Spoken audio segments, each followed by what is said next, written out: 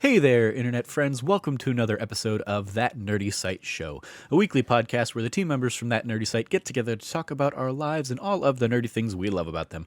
I'm your host, Trevor Starkey, and joining me today we have Cameron Abbott. How you doing, Cam? It's time to pop open a cold one, Trevor. Ooh. Oh no, making a mess. No game fuel. Yeah, I have a bottle of, is it Izzy? I don't know. Sparkling blackberry is what I've got tonight, because and it's something I never like get myself, but especially in the quarantine times, I've been doing a lot of Chipotle, and when I order Chipotle, I'll like order a couple Mexican Cokes along with the order. And I'll have one with lunch, and then have one for later or something like that. And I got there to pick up my Chipotle the other day, and they were like, "Hey, so we don't have the Mexican Cokes for your order, so you can get like any of the other basically bottled beverages Bottle we drinks, have." yeah. And I was like, "All right, let me try some of these new things." So I had like a Nantucket, one of the like the fruit drinks, and then I tried this Izzy. So it's a different taste. That's some good stuff. When you got another game fuel there that exploded over you. No, it's Game Fuel, they reseal. And so I Okay, popped it down, and I'm letting the rest of it come out now.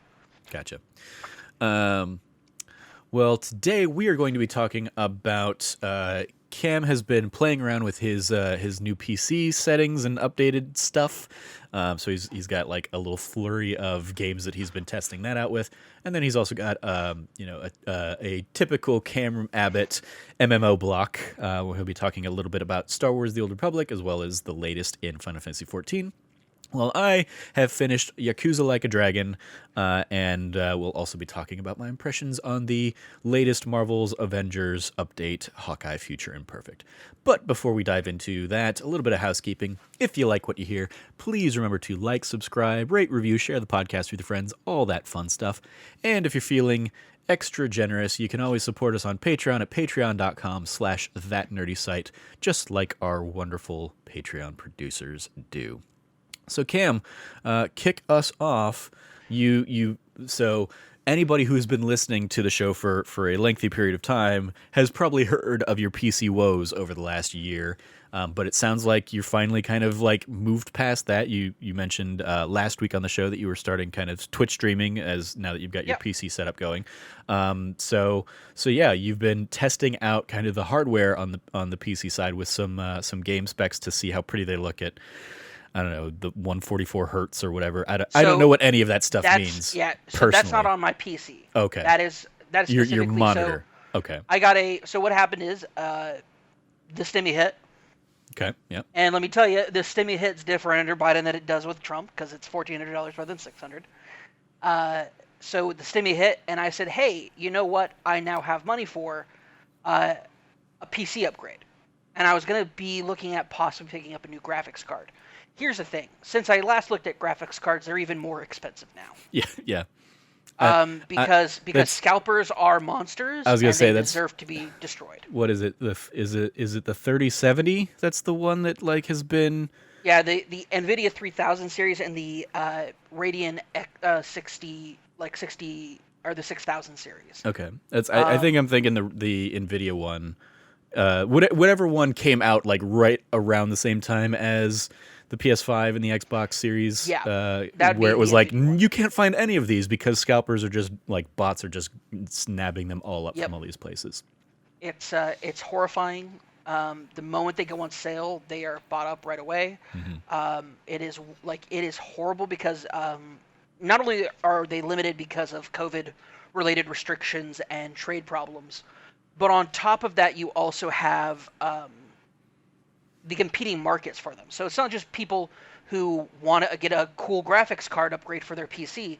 A lot of people who do professional bit mining for Bitcoin and other coinage heavily rely on GPU to do the calculations for them, to the point where they will run like custom setups with multiple GPUs in it.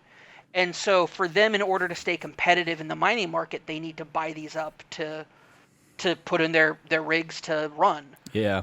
So glad that completely unregulated thing is just also destroying our planet. Thanks thanks to all of them. Yeah, there's that. There's people who need it professionally because, hey, if you have a better graphics card, maybe Adobe maybe Adobe Premiere won't crash as often. Admittedly, like I have a crappy setup and everything, but like Adobe runs fine for me. The thing, like, I never really run into issues with crashing anymore. The thing that I always find myself wishing is that it would export things quicker. And like all that really comes down to is I just didn't get a PC with enough RAM. Like I just need way Yeah. more RAM to really be operating any quicker than I am. So it's something that now I'm like constantly kind of like thinking like I also got the Stimmy check, and I'm like, do I invest in that? Do I care enough about, like, because a lot of times I'll just kind of like set it and forget it, and I'll export videos like this one or whatever, and just kind of be like, okay, like I'll get that. It'll, it's going to take a couple hours to export, but I'll get it uploaded and it'll be ready to go, in time for the thing. But it'd be really nice if, I could have that exported in like 20 minutes or something like that for a 2-hour video. Yeah. Especially when I do like some of the longer Let's Plays, like the Hawkeye Let's Play that'll go up on the channel this week, probably tomorrow, as of when this episode goes live on Tuesday. Like that's I think like a 2.5-hour video, and it took like 5 hours to export. And I was like, yeah, I would like if I didn't like have to just like take a nap or wake up in the morning after something has been done and then like go in and finish the process. That'd be nice. But at the same time, I'm like, I'm never going to be playing like the super graphics intensive games here on the PC. So I have no desire or need to really dive into the 3070 market. But I can appreciate that yeah, it's if that's, a thing you're looking for, it might be worth the investment. So screw scalpers. Yeah. Yeah, screw scalpers for sure. The fact like MSRP rating on the most high end version of these cards is like $1,400, and the base model is being sold for like anywhere from $1,600 to $2,000. It's horrifying to see that that's like where the PC market is right now. Mm-hmm. A combination just because of scarcity has driven up the price. Scalpers have gotten like heavily evolved over the years, and to the point where like now you like if you go to these websites you can only buy one per person, one per checkout. Mm-hmm. But what these scalpers have done is they've created thousands of dummy accounts to take care of that anyway. Yeah, and the bots, they're doing it because a bot can click the thing 1,000 times before like your finger before the synapses will go from your brain to your finger. So yeah, like I've seen a ton of those kinds of things of like screenshots of like proud scalpers posting like the 30 confirmation emails to their Gmail account or whatever, just being like, fuck those guys. That's why I appreciate it. So like I mean, like pulling back behind the curtain, you next week will have a PS5, and just kind of like rounding out all of the people I've gotten a PS5 for at here at That Nerdy, because I got one of course for myself a couple weeks back. I got one for Logan and shipped it out to him, and then yeah, last week I got one for you, because and it has only been like me just like having Wario 64 notifications turned on and going to Best Buy at like the exact like moment that he posts something. And I appreciate that their process, even this time around, I think was a little more involved than when I got one for Logan a couple weeks ago. Cause it was last time it was like, hey, we're like, you click add to cart. Hey, we're running some stuff kind of on the back end to make sure you're not a bot or whatever account. Mm-hmm. So you're going to still have to click add to cart again. So that's going to be a thing. And it's not for delivery. It's only for like in-store pickup. So basically like the location near you is going to have stock. And then this time around, there was like even one more step that before you could add it to your cart, they sent you basically like a confirmation number that you would then have to add into the account to add it to your cart. So I was like, yes, it's a whole bunch of extra steps, but I'm fine with that if it means that I can get one and then, hand it off to you next week instead of, a bot picking up, 50 of them and reselling them for $800, on eBay or something like that. So it's unfortunate that like both the retailers and any kind of like price gouging regulation has not caught up to the bot side of things and the scalper side of things. But hopefully the retailers, I mean, at least again in the last like 6 months, the retailers seem to have been trying to step up their game, despite the fact that they ultimately don't care because they're getting their money anyway. So they don't Well, really yeah, care if that money goes to scalpers or if that goes to the clients or the customers that actually want them. Like at some degree, they do care because they know that if customers don't think they can get the stuff through them, they won't even bother attempting to go through them. yeah, that's the thing. But like it's like the trade off of like, okay, well, do we invest in all this stuff for that limited drop off of potential customers, or do we just say, well, we sold our stock, and if you have a problem with that, like, be quicker on the dial or whatever. I like that. Again, at least Best Buy, because I believe they're the ones I've gone through for both Logan's and yours. For mine, I went directly through PlayStation, and didn't have any problems. But like both of those have, I know, ramped up what they've been doing in the last 6 months. So shout out to that, I guess. But yeah, it's it is a big old pain in the butt that scalpers just have this market cornered so easily through, and like bot sellers are basically like that has become like an industry, is like, hey, we'll be the middleman and we'll give you the bot and teach you kind of how to like use it to become the scalper. It's like, fuck those guys. Yep. But so what you've been playing on your Stimmy enhanced PC and monitor and stuff? Oh, so the PC's not enhanced at all. Okay. It's just the monitor, and I don't even have the monitor hooked up to my PC because my PC doesn't have like my PC graphics card is a NVIDIA 900 series, so it's still like a pretty decent graphics card, but it's clearly outdated. I've had it for like, I want to say like 4 or 5 years now, so it's gotten up there in age, to the point where like, yeah, like even just like it's gonna need to be upgraded at some point soon. But hey, that's okay because my Stimmy check is going to be going towards this PS5, and I got this really cool monitor that is HDR enabled and like fully capable of doing to higher resolutions, and so I now have a screen worth putting a PS5 to, which was always kind of like my holdup. Like my holdup for like getting a new graphics card and getting a new a PS5 has always been, yeah, but like I don't. What's the point? Because I'm not going to change out my monitors. Yeah. I'm not going to be like, I'm not going to drop like $1,000 for a really really nice HD or like 8K 4K or whatever TV. Mm-hmm. It's yeah, like that's like in the lead up to me getting the PS5, I was like, it's time I pull the trigger on like a 4K TV. And so I kind of tied all of those purchases together basically in my mind last year, and invested in, a good, high quality OLED HD TV thing compared to the, like, I'm sure it was fine when I bought it 7-8 years ago or whatever, the big screen TV I bought at the time. But, I was like, yeah, this will be nice. 'Cause yeah, I have not really seen any of the benefits of my PS4 Pro going into any of this, because I was still playing on a non HD TV, or a non 4K TV really. So it was like I got increased loading times a little bit on the PS4 Pro, but it wasn't until like I booted up Ghost of Tsushima on like my new TV where I was like, okay, yeah, that definitely pops more. Okay, I can sense that, even though I'm not the tech guy that like I can't tell you frame rates or anything like that. I rarely catch that kind of stuff, but it was enough of a difference with a game that already looked beautiful on my old TV, to really kind of resonate on this one too. Yep.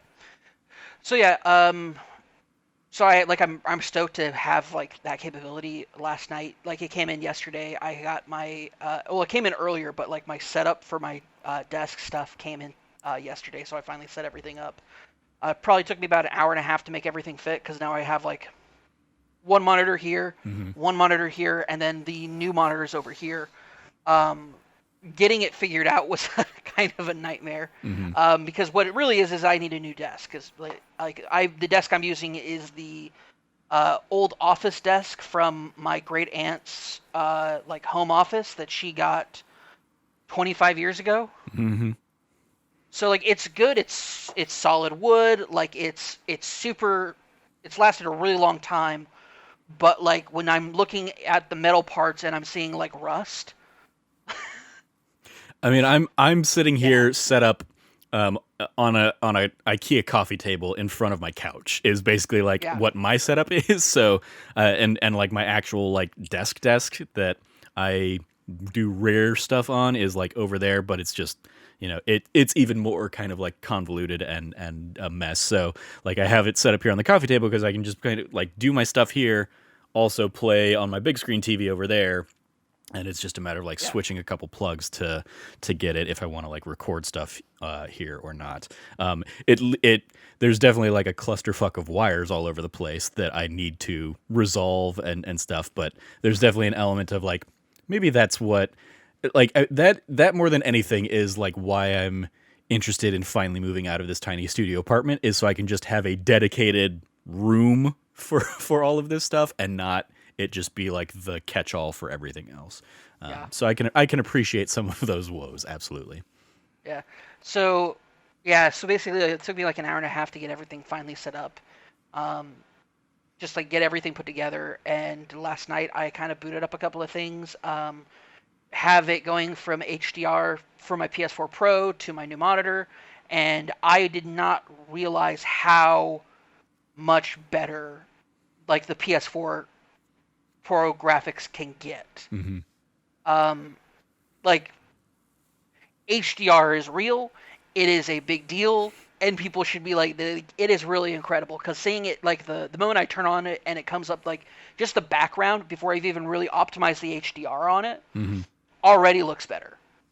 And then when I go in and I do the color correction and I optimize it, like it comes out looking like so incredibly crisp. I was like, okay, what are some like really cool graphically intense stuff that I can like do this and watch this and enjoy that has like an HDR mode? Hmm. So I booted up Resident Evil 2 Remake. Checked out. I replayed the first intro gas station mission as Leon.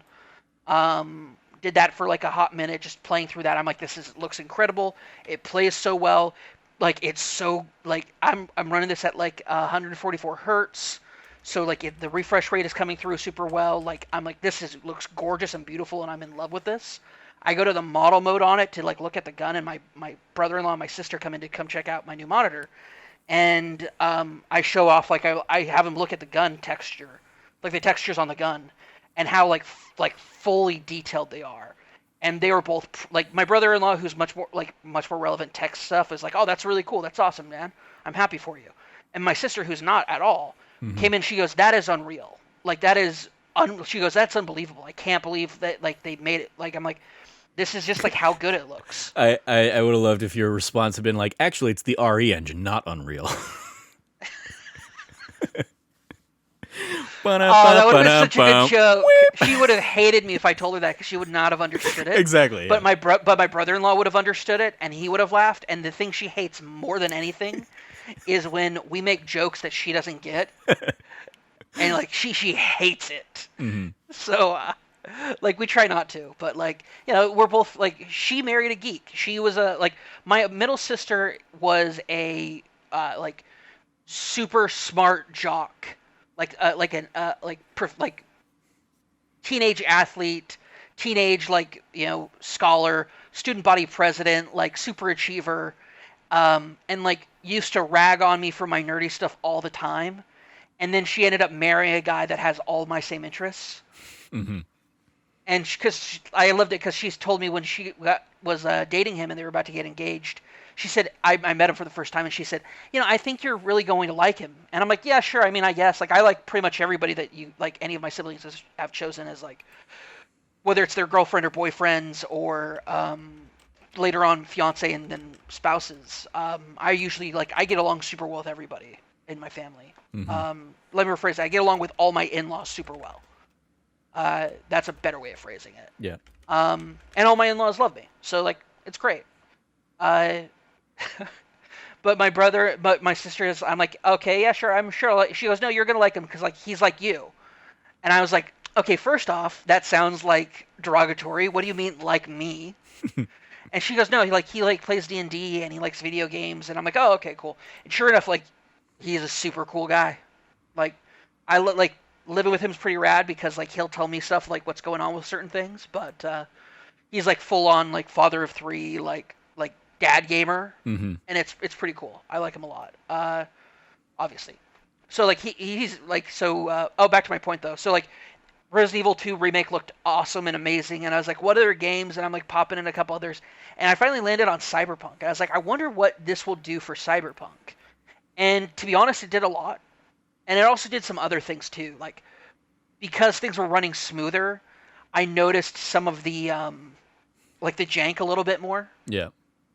Whether it was like shuffling through weapons or it was like sudden movements, like all of a sudden things didn't look as good as they did before because I didn't realize how like this is now in a better like it's the refresh rate, it's the fact that I'm getting like I'm not missing any frames, I'm not missing any movement coming through on the refresh rate means that I'm seeing things a lot more clearly. And so I'm seeing these kind of more janky like artificial like the AI imposed like movements and stuff. And it's like, okay, I'm like, this is a buggier game than I thought. Mm-hmm. But ran super well. Load times were like same whatever. It's not like it's running a faster processor. But it looked nicer. I played a couple like popped in a few other games to check out like graphically like how they looked. Gorgeous. So like this makes me extremely excited for the PS5 to get into this because I'm just totally enamored with like how this looks. I'm excited to have finally like an actual like good monitor, like modern monitor. I've had my monitors for um 6 or 7 years now. And so they are like they're solid monitors and it's actually funny. I just realized um they're all my monitors are Asus monitors. This one just happens to be the Republic of Gaming, the ROG branded Asus stuff, but it's still Asus. So like I'm a sucker for Asus stuff. A lot of my stuff is Asus, and I like it a lot. So Mm-hmm. I'm pretty into that brand. But yeah, no, it's been great. I think my biggest takeaway from it is probably how much I am going to enjoy seeing and experiencing some of these games in their higher fidelity. I'm excited. I needed to update Ghost of Tsushima, so I couldn't pop into that. I'm excited to hop into that and finish the campaign Mm-hmm. with it looking so much brighter and more brilliant. Because of course I'm not on Kurosawa mode now. I'm on regular mode, which means You're seeing gorgeous all those lighting. colors, yeah. You're seeing all those colors, and I'm gonna get them even more vibrantly. Excited for that. You'll I see the updated. sun coming through like every break in the bamboo or something like that. Oh my gosh. That sounds awesome. Mm-hmm. Okay, I'm excited for that. Yeah, there's just like I'm super excited to see what's coming next, and then of course with the PS5, I'm just excited to be part of like that next gen finally. Like Mm-hmm. it's funny because I usually have been I have not been always up to date with like next gen stuff. Mm-hmm. When PS2 moved to PS3, Xbox to 360, I didn't hop into that until 2 years after their launch. Yeah. Granted, they had like a very long period that they ran, Mm-hmm. so it was fine. Um, and PS4 and Xbox with their mid-series upgrades extending out this generation. Mm-hmm.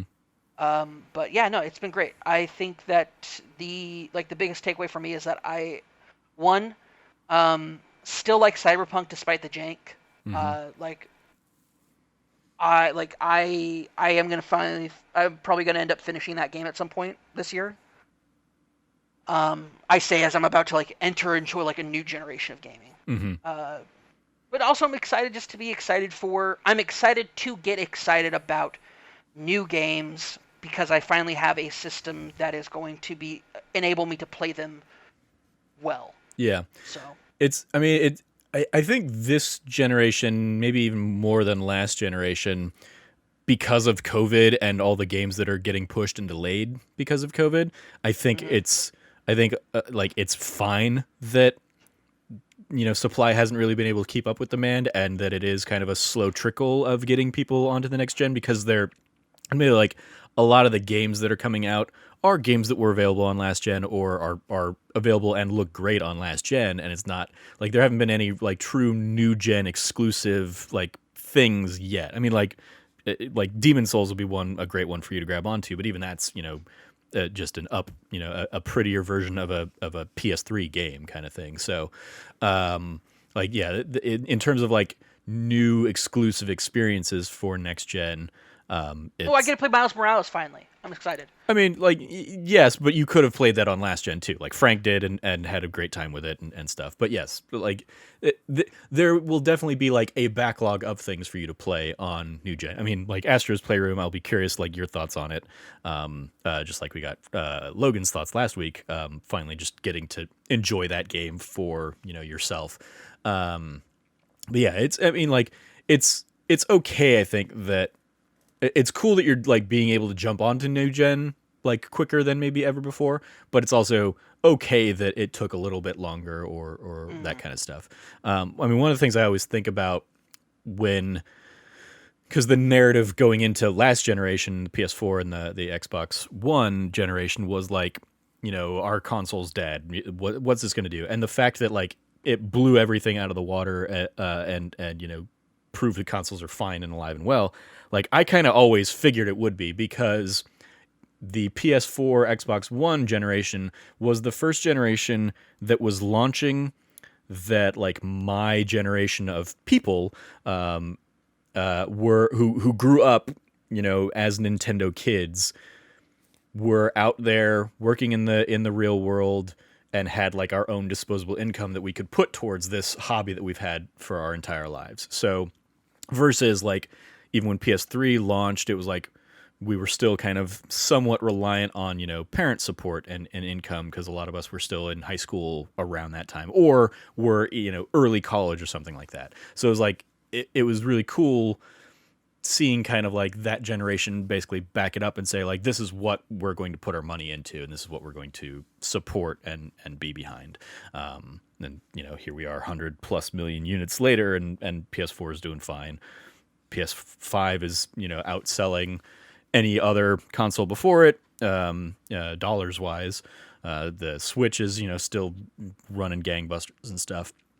No idea what the Xbox numbers are doing, but they always sell out pretty quickly too, so good for them.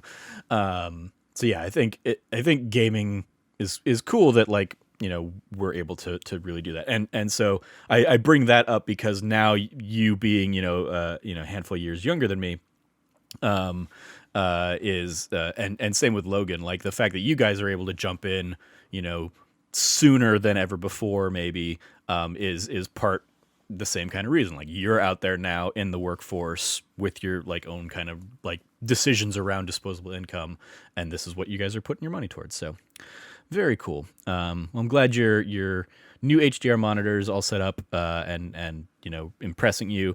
I will very much look forward to hearing your impressions on some of the next gen experiences, when you get your PS5 next week. Hooray!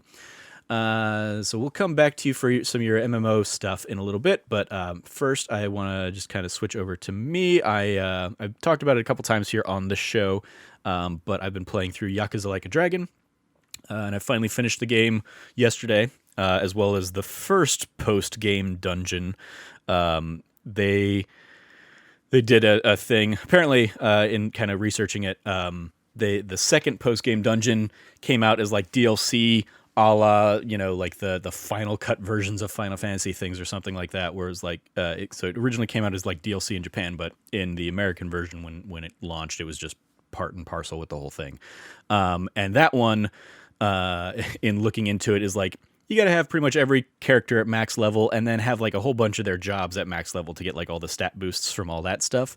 And I finished like right now, after like an extra half day of grinding and stuff, like my characters are like level 80 out of 99, and the job levels are in like the 50s or something, like probably even 40s. So it's like, I've got quite a ways of grinding before I'm going to be able to do that last superpower dungeon, which is like Mm-hmm. cool, but also I kind of hate it because it's like like I just am like grinding towards that thing at this point.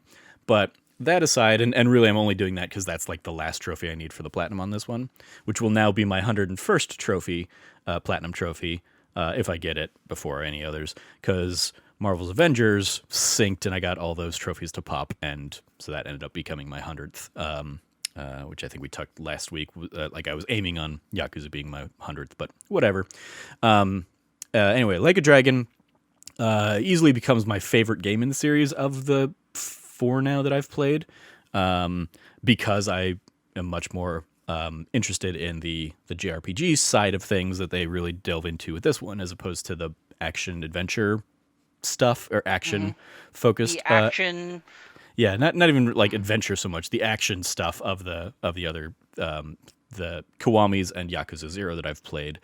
But I just like, I mean, I've touched on it before. I love the absolute like just random stuff that like they dive into.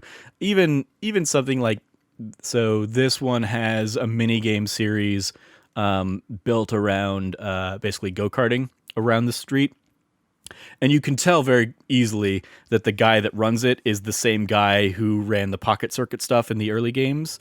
Okay. And like is that guy throughout the series. Like he's wearing, a different jumper, but you can see like his pocket circuit stuff underneath. And so I was like, oh, that's cool that like this guy is like evolved over the series. And I haven't seen like all of the pieces of games 3 through 6. It's cool to see that like this is where he is now.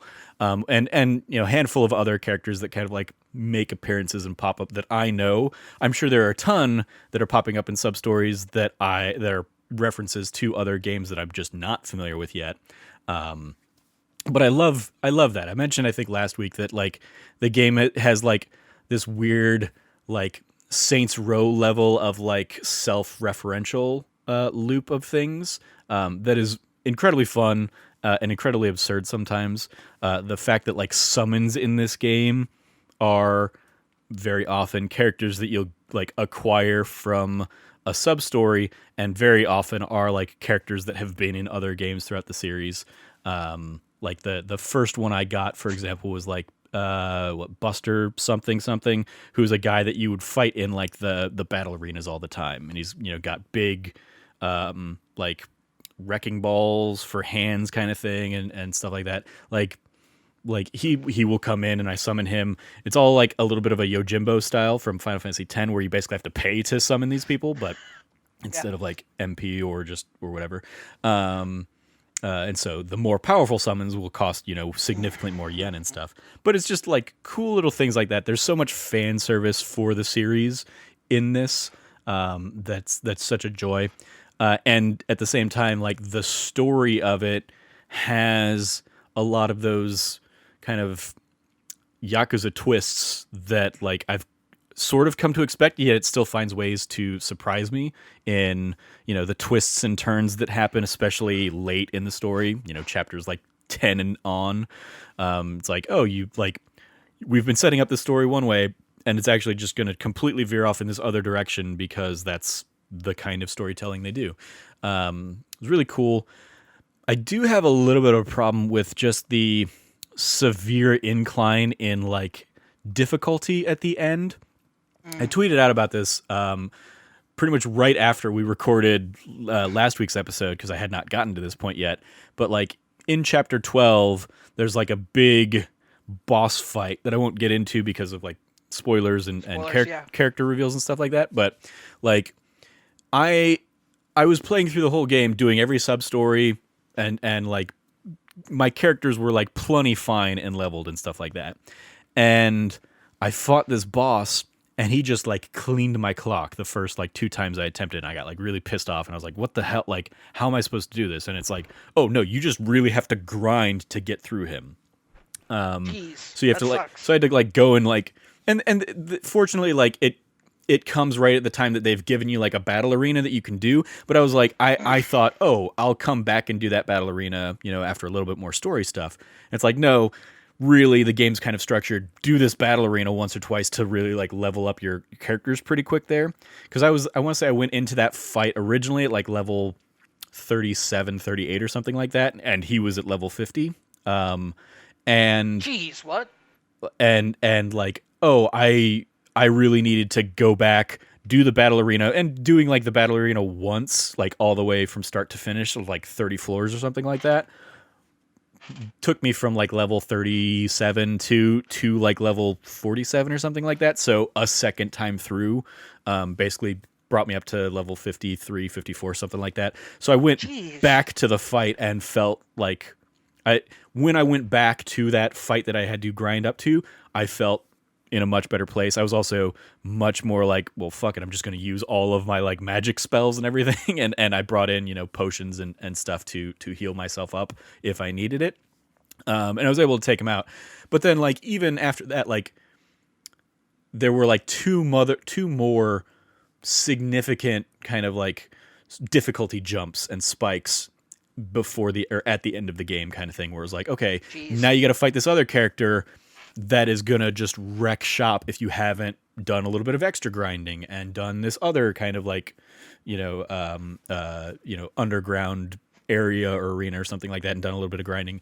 And so yeah, it like there's an element of that where I'm just like, why did they need to be that tough? Why did you need to like artificially force me to grind up an extra 10 levels? Because again, I was like 100%ing everything up to that point. I was doing all the side stories. I was like everything that I could have done at those points, I had done.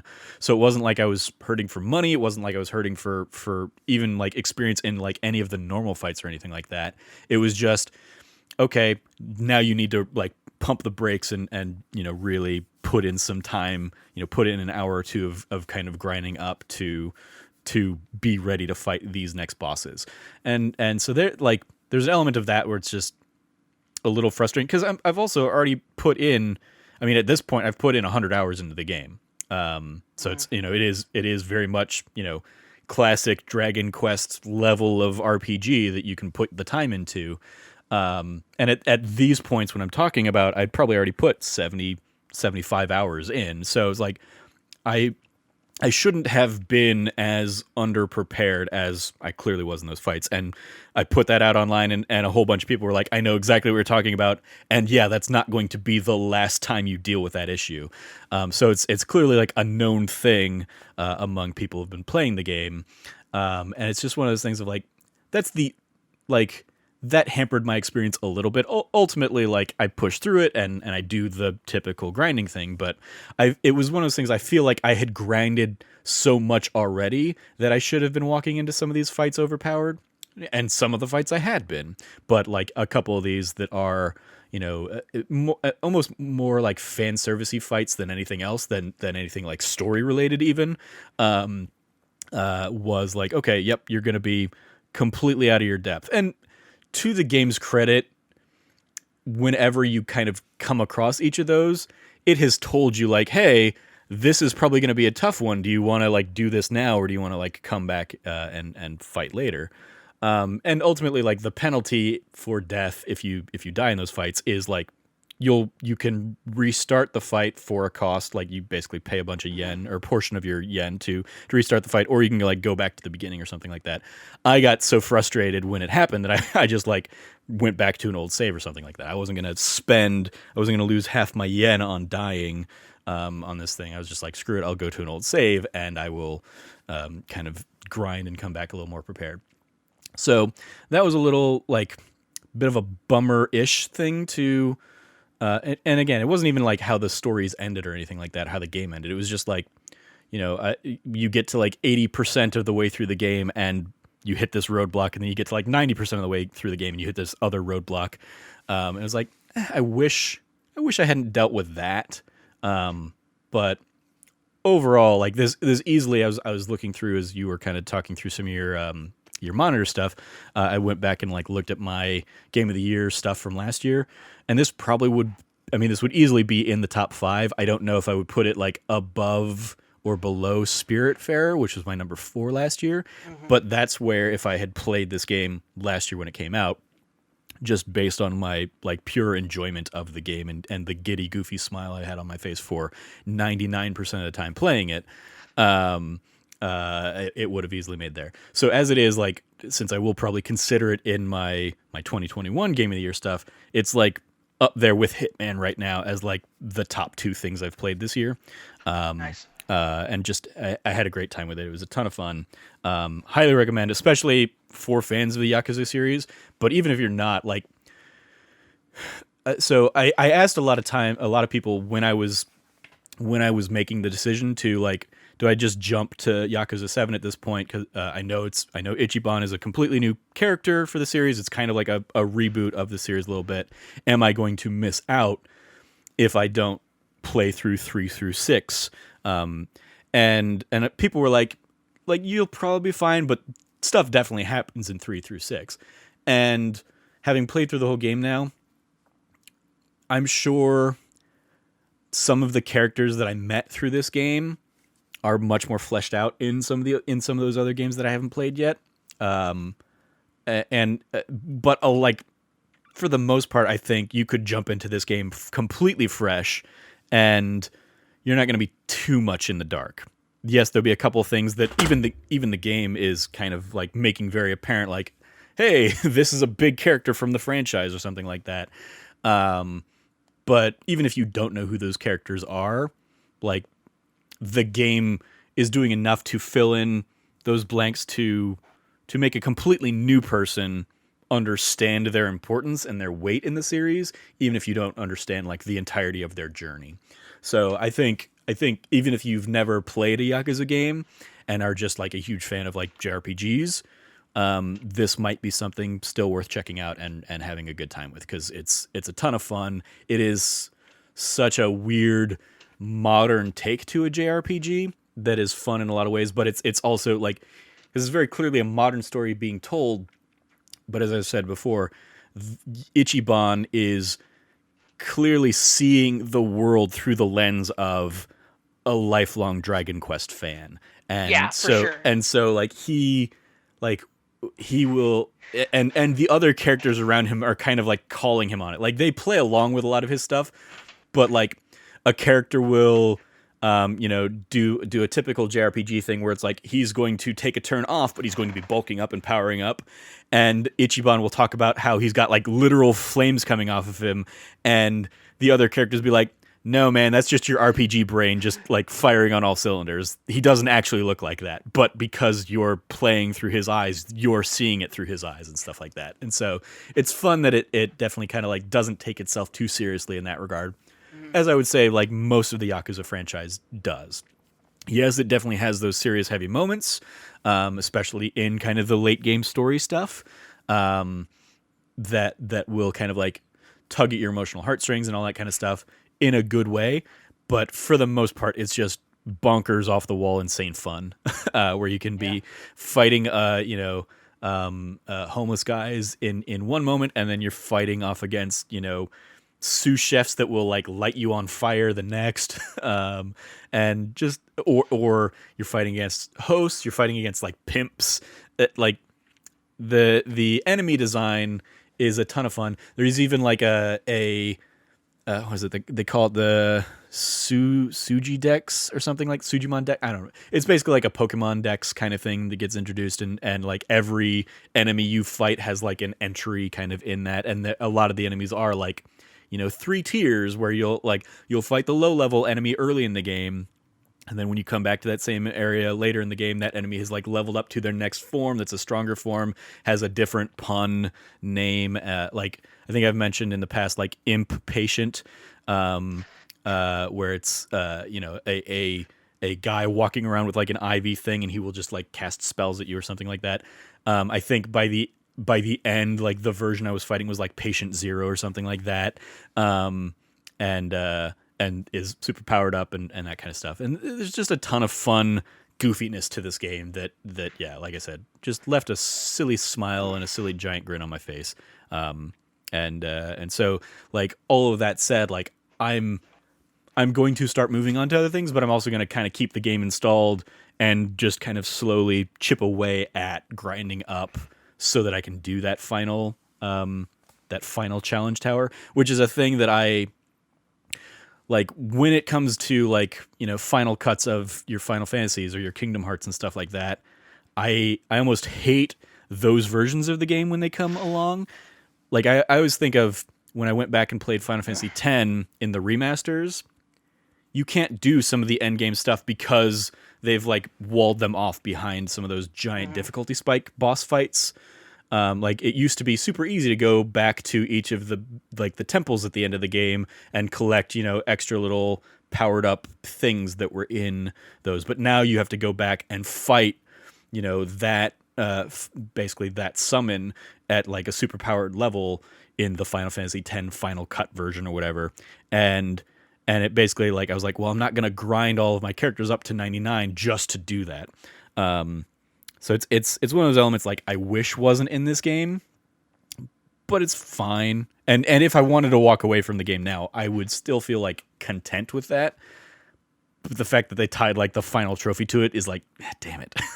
Now I kind of feel like I have to do that for the platinum on this one.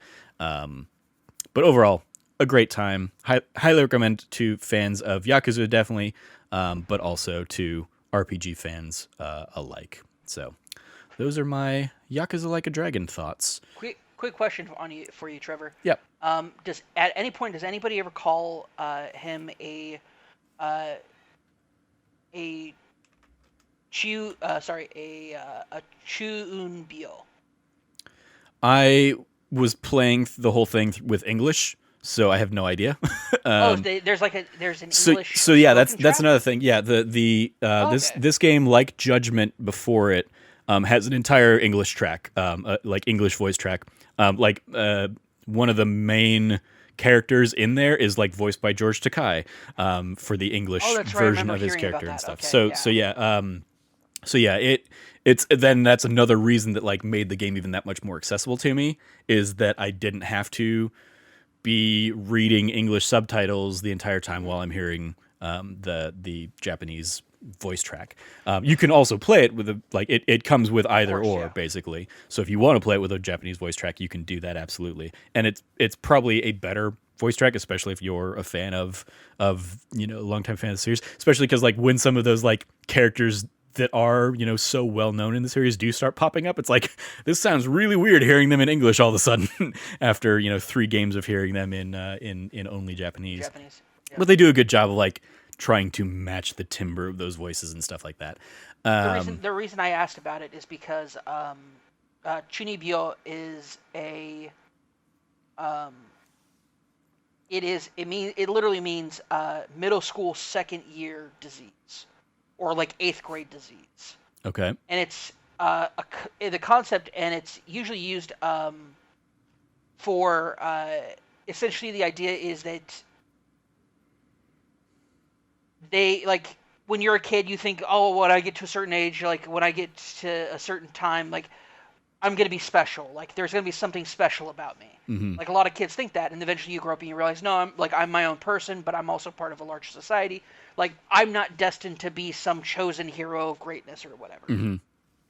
In Japan, they literally call it. They have the name for it because there are like middle schoolers who like never kind of like as they get older never kind of grow out of that. Mm-hmm. So and it's kind of like used as a like it's the kind of like cringy, nerdy, geeky crap that you expect from kids. Mm-hmm. But when you see it in adults, you're like, ugh. Yeah. I would say it's entirely possible that comes up, especially because he does. So like the prologue of the game is, he's a fresh-faced Yakuza at like the turn of the millennium, basically.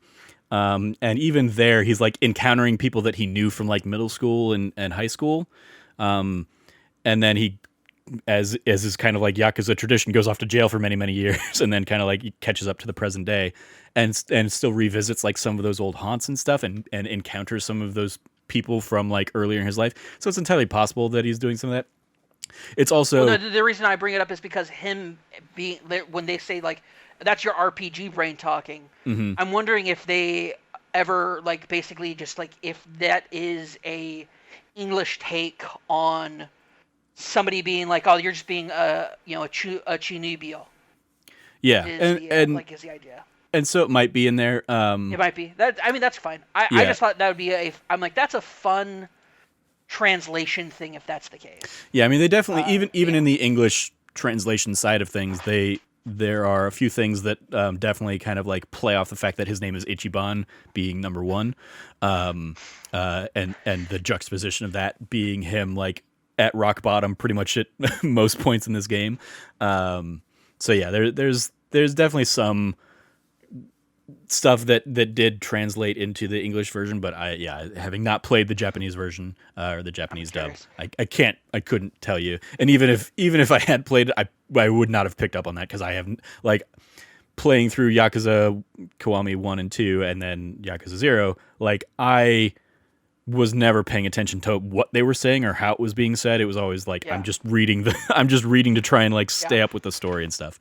So yeah, it would go over my head if it does, but yeah, highly recommend. And so yeah, that's another thing that if a concern is the Japanese voice tracks of the other games, this one does have a fully English voice cast to go along with it, or the Japanese voice cast if you want to continue playing that way as well. So let's kick it back over to you, Cam, for what I have dubbed your MMO block. Because in addition to your usual, you've been keeping up with Final Fantasy XIV stuff, you also hopped into Star Wars: The Old Republic. So tell me a little bit about Yeah. that. So just some backstory. So recently, kind of funny on Wednesday, their streams are Mike and Greg and Kevin are playing Star Wars: The Old Republic, and they started new characters and they're playing through it. Taylor And Sith, I saw, yeah, is yeah, Greg's Taylor character. Sith is Greg's character. I love it because they're like, oh, I kind of don't want to be mean about this, and like, no, we all agreed to be bad guys.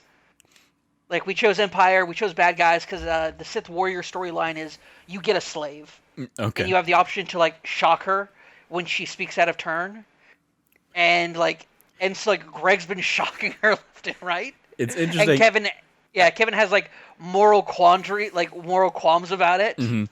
I joked with Logan, I think, at one point. Obviously, Mass Effect Legendary Collection is coming out soon, and I Yeah. talked about like the idea of like trying to stream it, but then like making a specific choice to stream like full Renegade and call it like that nerdy site plays Renegade mode or something like that. And to try and like prep myself for something like that, I've been playing through the Mass Effect games on backwards compatibility through Game Pass on my Xbox. And like it is really hard to do where I'm like I know clearly that's the bad option, but I really don't want to do that because I typically play as more of a Paragon in those games. And especially those games, I have a hard time identifying when me being a dick is going to just say no, I'm not going to do that quest line versus like when it's me doing the renegade choice of that quest line. Because there were a couple times where I was like, I thought I was picking the renegade option, but it was just like, okay, I guess you're not going to help us then. Fine, whatever. And they just walk away. I'm like, no, I still wanted to do this stuff. I just wanted to be an asshole about it, but whatever. Yeah. That's why I appreciate like as BioWare games kind of like continued like fine tuning those things, like it became very apparent like we're going to put this dialogue option in the red to mean that this is the renegade choice, or they started doing the icons on Dragon Quest side of things and stuff like that. So anyway, I back never to liked you. the Dragon Quest stuff, but or Dragon, not Dragon Dragon Age. Quest, Dragon Age, yeah. Yeah, Dragon Age. Yeah, I never liked that implementation in Dragon Age, but I do think that it, because of the way the Paragon and Renegade system works, is just better in hindsight on that one. So, Anyway, yeah, no, so they yeah. got you on the Star Wars Old Republic bug, playing it over at Kind Well, of Funny. To be fair, like I'm not new to that bug. Right. But they got So, you to revisit that bug. Yeah. Well, let me put it this way: there is a Darth Malgus statuette in my closet that is still boxed in the collector's edition from launch. Mm-hmm. That I didn't buy separately. I bought the collector's edition. Like I straight up was I have the founder title tag in because I was like an OG, like I'm an OG player. Mm-hmm. I love the game. It's pretty dated now, but at the time it had some like really wild concepts about how to do storytelling that I think really helped evolve the genre of MMOs, Mm-hmm. and really gave them something special. And I'm excited to kind of see where it goes because like I got real turned off by the Eternal Empire stuff. I don't know how I feel about going into that story content, but I do want to get to where they're currently at with the story now. Um, and in comparison to that, like I have just been really, really having fun hopping back into my old character. I'm on the same server now, so I had a level 35 character on the server that Greg and Mike were playing on. And I was like, okay, and that's like my original character. So I'm literally hopping back into my first ever made character, Lord Scorn Zavani, or Darth Scorn, if you will. Uh, As Silly, you do, yeah. yeah, it's silly and it's dumb, and I love it. It's fun hopping back into it and enjoying that game again. Um, I think I always was like just Darth Stark was my like I was like, well, I can just drop off the last name, and Stark is a dread, or actually I think I did it Stark with an E, so it was just I just dropped the Y off of my name, and I was like, that's an evil sounding name enough. And that's I'm saying that from like Knights of the Old Republic. I never got into yeah, the yeah. Old Republic because, as we've touched on, I think a handful of times, I'm not the MMO guy. But I remember the Old Republic being like the one that tempted me the most, Mm-hmm. because I was like, it's Star Wars. I love Star Wars, and I love that I could play as like a scoundrel, or I could play as, because even like actually like at launch, like Jedi and Sith was like super endgame stuff, wasn't it? Like you had to No, no, no, no. go through a whole That's bunch Star of Wars stuff. Galaxies that you're thinking of. Oh, okay, that's Star yeah. Wars Galaxies had that. Yeah, No, Star you're Wars: The right. Old Republic. There are two Jedi classes and there are two Sith classes. Jedi, basically, Jedi fighter or Jedi sorcerer, and Sith equivalent. Okay. Jedi guardian or Jedi counselor are the traditional ones, and then warrior and inquisitor are the Sith versions. But each side had two other classes that were very Star Wars esque, um, like based kind of iconography of several characters rolled into a single class. For example, there was the scoundrel, which was a uh, like your Han Solo, Yeah. Lando, gunfight, like gun toting, trick shot shooting, son of a gun, like treasure hunting like type figure. Like the story about that character, because there's the same set of planets, but each character class has a different storyline depending like that has them start out at different places and then has them tell their own story to compel you to go to these same worlds. Mm-hmm. And so you can go in and play like the same content that you'd play in any other one, but you have distinct and unique story content. And your story would turn out the way that it would turn out because of your choices. You had very impactful choices. Where like sometimes being like want to know what's something fun and crazy to do? Be a light side Sith warrior. That's what I am. Mm-hmm. It's it's wild, it's crazy because you're not a good guy. Like you're still not like you're not like a Jedi pretending to be a Sith. I'm playing a Sith. Like he is a full on Sith. Like that is what he believes. Like he is a part of the Empire. Mm-hmm. He is loyal to the Empire and loyal to being a Sith and their ideology, but his interpretation of it is not cruelty. It is not um, like he puts the Empire above himself. Like it's very much of this like very different take of being a Sith, and that makes me a quote unquote light side Sith, which is fun and a really fun way to play in. And the space that the dialogue choices they give you for it have a lot to do with playing in that space in a very unique way that is still one of my favorite storytelling things that I've ever done in any game. And hopping back into it, having finished it on another server, coming back in and now replaying that same kind of story and seeing these beats again has just been super fun. But other classes were, of course, so on the Republic you had a scoundrel, just like kind of independent fighter, but then you also have a commando. Mm-hmm. So you can play as an actual like Republic soldier, like stuff going into that. And then there's specializations on each tree. On the Sith side, uniquely, there's the bounty hunter. Yeah. So you can literally fulfill your bounty hunter, fantasy of being like a Boba Fett type character. Like you're an independent bounty hunter involved in the Great Hunt, and like you kind of get like brought into like some Mandalorian stuff. It's super cool. And then, but really uniquely, on the Sith side is the Sith agent, which is a very espionage focused story of spy versus spy type stuff, but has to do with like the character concept came from like Moff Tarkin. Like, how does Moff Tarkin, somebody who's just a regular guy, have so much like some sort of leverage and control over somebody like Darth Vader? Yeah. Where Darth Vader is doing what Moff Tarkin wants him to, even though Darth Vader is technically second only to the Emperor. But he's taking orders from Tarkin. Like, who is the kind of person that could make those commands at Darth Vader? And that was kind of their concept, and they made this like this agent character type who, through machinations and leverage and just by being like 3 steps ahead of everybody else, you are kind of this character who controls the world around you that way. And seeing that story play out is also very cool. I have a Sith agent. His name is Gustavo. It was just Gustavo, but then they said, oh, somebody already has that name, so you got to rename your character, so I'm Gustavo now. And Gustavo is a very jolly, rotund, curled, what do they call it? The handlebar mustache. Okay. Not a handlebar mustache. That's the one that goes down. He has handlebar would be like up to the side, like. Oh yeah, no, that's handlebar. Yeah. He has like a handlebar mustache. Snidely whiplash. Yeah. Yeah, he has a very typical like comb parted haircut. And my favorite thing is a lot of the maneuvers as an agent are like acrobatic, or like you roll around on the ground and stuff and do stuff. So to see this roly-poly agent do that is super fun. I love it.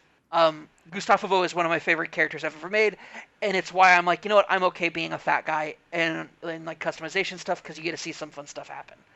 I get to see myself represented, and Gustavo gets to roll around being fun.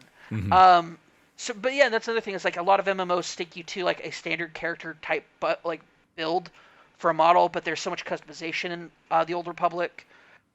Tor is just such a unique MMO experience, even to this day. The only thing I think that makes it not a great experience is if you're going for the free-to-play experience, because so much got getting piecemealed out. Like, this is the problem that a lot of originally subscription-based MMOs moving to free-to-play suffered from. It's like, okay, where can we get monetization out of this? And Old Republic, I think, is one of the most egregious examples of EA cutting out like really almost borderline key features and putting them behind a paywall. And the only bright side to that is that some of the paywalls you can pay with in-game credits, but a lot of the stuff is held behind cartel coins, which is their in-game currency that you have to pay real money for. I do appreciate that they do still have a subscription model. Okay. That unlocks all of that stuff for you, and that's what I did. I'd rather pay $15 now than piecemeal out like $30 or $40 later on. Yeah. Although that was also kind of a nightmare, because I originally subscribed through Steam, and they're like, yeah, sometimes people can't even use, if you subscribe through Steam, it just doesn't work. And I'm like, cool. Yeah. Cool. So I had to cancel that. I had to go through a different method. I tried doing like email support to try to get it up to running. I was like, I'm just done with this. I'll just subscribe through EA. I don't care. I was gonna say, yeah, because that would have been like, that would have been predating like Origin and stuff like that, and then Origin came out and they probably moved everything over to Origin, and now they've moved things back to Steam or something like that. So yeah, it's probably been a whole nightmare on that side of things. Even if you play something on Steam, you still have to download Origin tracking, and I'm like, EA, there's some I am reasonably I got nothing to hide. I have no problems. I'm not doing anything illegal. And for most companies, they're like, hey, yeah, we just want to make it do a sweep check on that, like Steam doing a sweep check to make sure you're not running their anti-cheat software or whatever. Totally fine. EA wants to go that deep into tracking on my computer? No, go away. I don't trust you. You are an untrustworthy company. I don't trust you. Yeah, the only thing I think ever really had to deal with Origin on was when the SimCity came out, and it was the always online SimCity that just absolutely sucked. But I picked that up and tried that for a while, and so yeah, like with I its had to, tiny city size. yeah, it was embarrassing. That game. Then they ended up like basically breaking it and folding Maxis as a result, kind of thing. Which was Um, so like I hated it. They're like, yeah, yeah, EA said that we had to make this game online only, or like have to be online. You can't store the cities on your PC. It has to be stored on a server, so we have to limit like server space for your cities. Like really terrible decisions yeah, that were forced by EA. And then EA's like, look, your game didn't perform well, so we're gonna fold you guys. yeah, It's like I like once again the old meme of Papa EA, where are we going? You'll see soon, Timmy. Papa EA, what is this? You won't have to worry anymore. Shoots in the back of the head. That old meme. hmm For anybody who hasn't seen it, look it up. Like the EA grave meme. It's just like Bioware. Bioware's teetering on that edge. I mean, that's been my concern with Andromeda going into Anthem.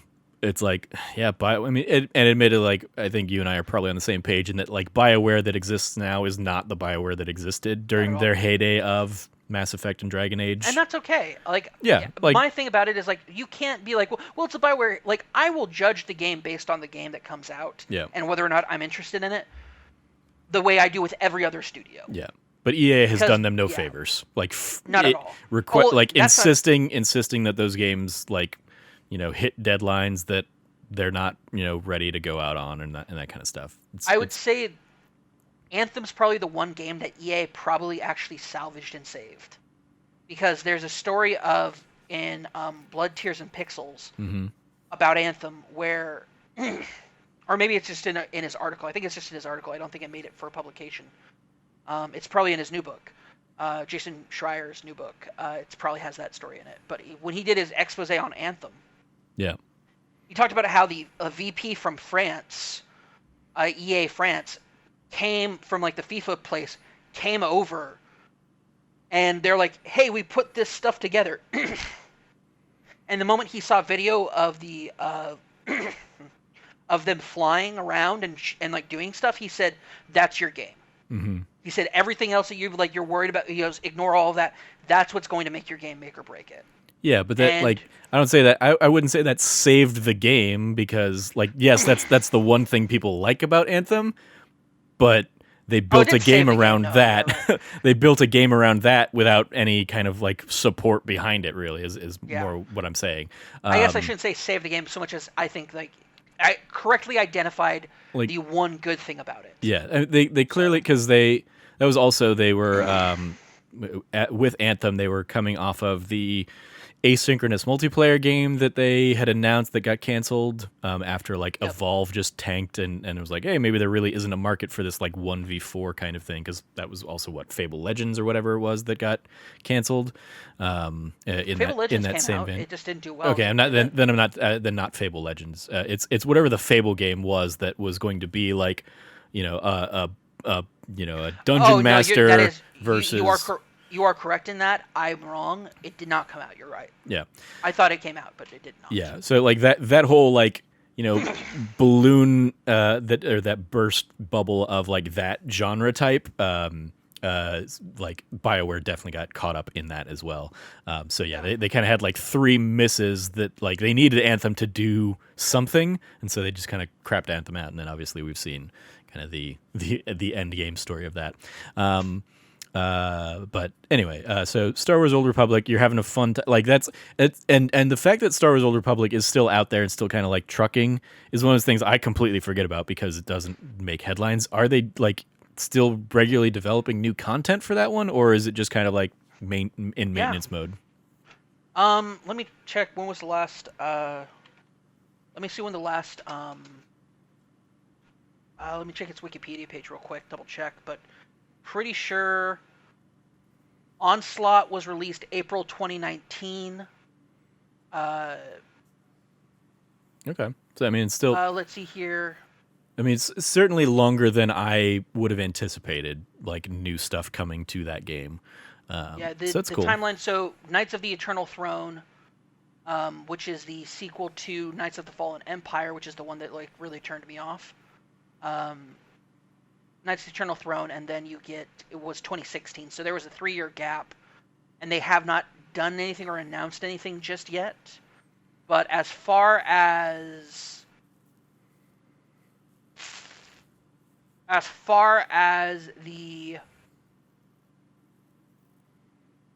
like expansion packs as it's come out, Rise of the Hutt Cartel came out 2013.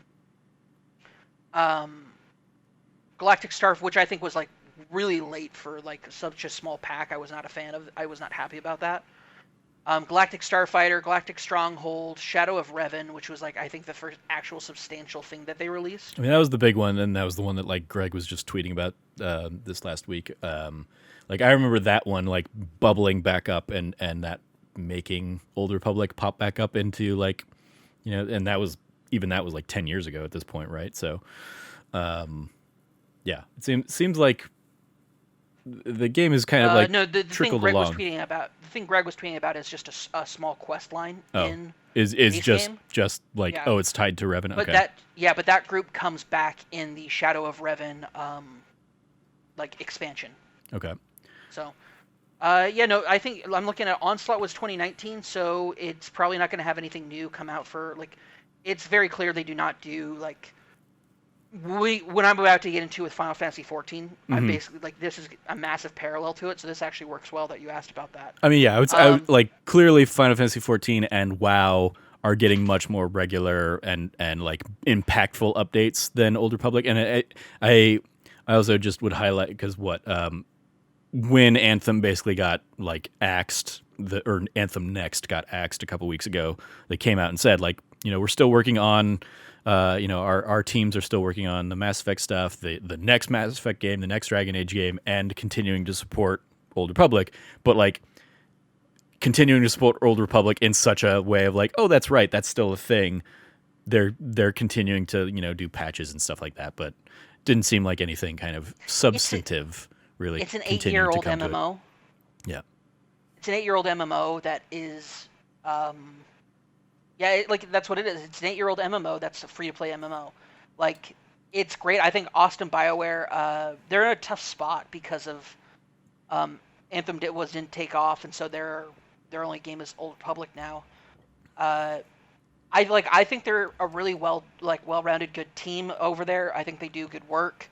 I think that they had a really great the thing about Old Republic is that EA did give the funding and did help them establish a base game that was worth, because of course it came out in like 2000. Gosh, when did it come out? 2010. I mean the video I shared when Greg 2011. tweeted about Revan was from 10 years ago from IGN, so like it's definitely at least since 2001. So it came or 2011, yeah. 2011, yeah. No, it came out. I remember December 2011, because I moved in. I had moved in with my roommates around that time, because I had moved out.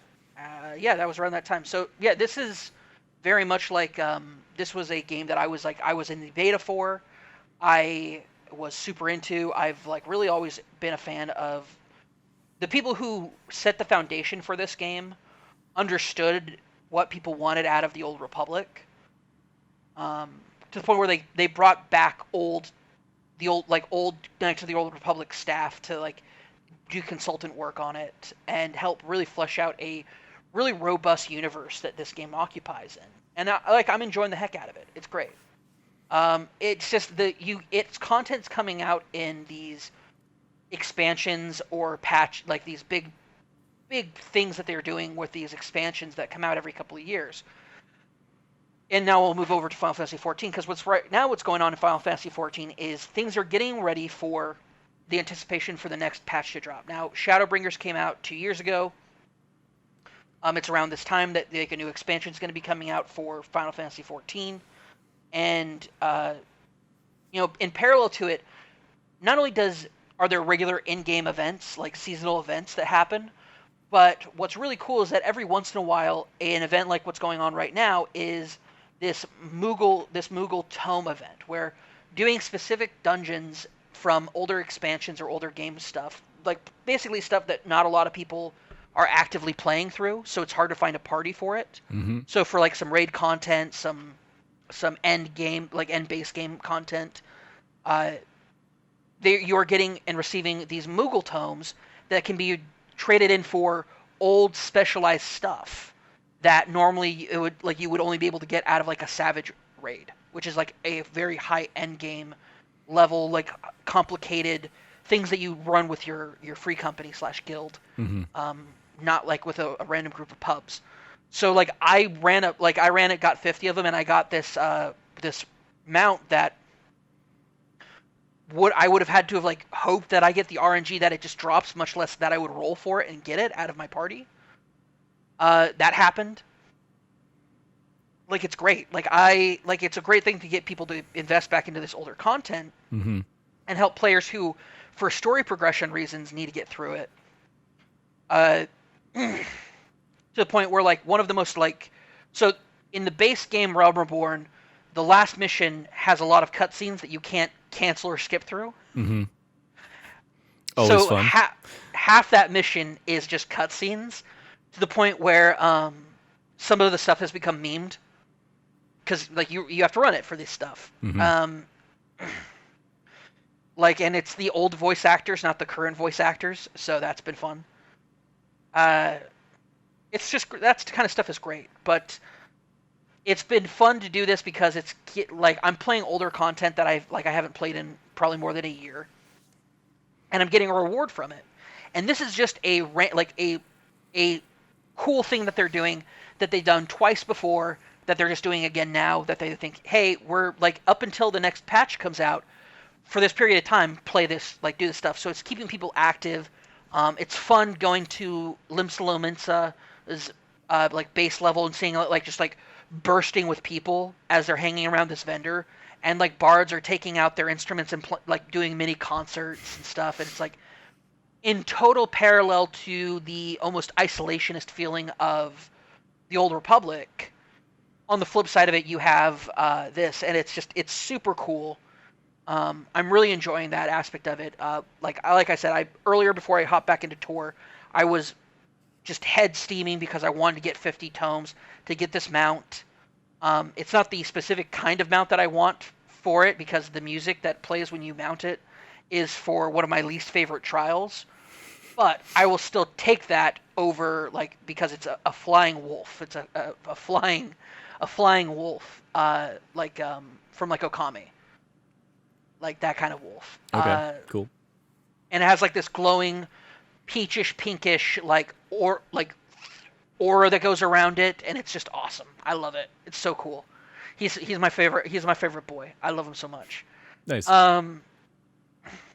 But yeah, like I love that, playing through that. But they just announced earlier this week in a live letter from the development team that they announced the the Final Fantasy 14 5. Let me look this up here real quick. Final Fantasy 14 5.5. Let me pull this up.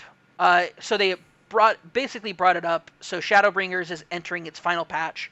For those of you who don't know, a 0.5 patch in Final Fantasy 14 is spread out into a 5.5 and a 5.51, where they're usually separated by about a month or two, and they do that because it's just taking up time, and also it gives them time to kind of wrap things up. So in the first 5.5 release, you're going to get the like last part of the themed raid, which for Shadowbringers has been a Nier Automata like crossover, where you've been like playing and fighting Nier enemies and Nier themed fights in a raid, and it's been really cool. Some people don't like it because they don't like, Nier's integration to Final Fantasy 14 story, which is fine. I understand. For Storm, What was it? The last time around, it was like Monster Hunter or something like that. I feel like I remember Monster Hunter being like a crossover at some point. Monster Hunter was a crossover, but it was for a single trial. Okay. And a quest line that I now have a Palico like pet minion that I can summon if I want. And it's fun just to like be like, I'm playing Final Fantasy 14, but I have a Palico. And like there was like, it's like you fought a Rathalos, and like there were mechanics about it that were very Monster Hunter. Yeah. It's very cool.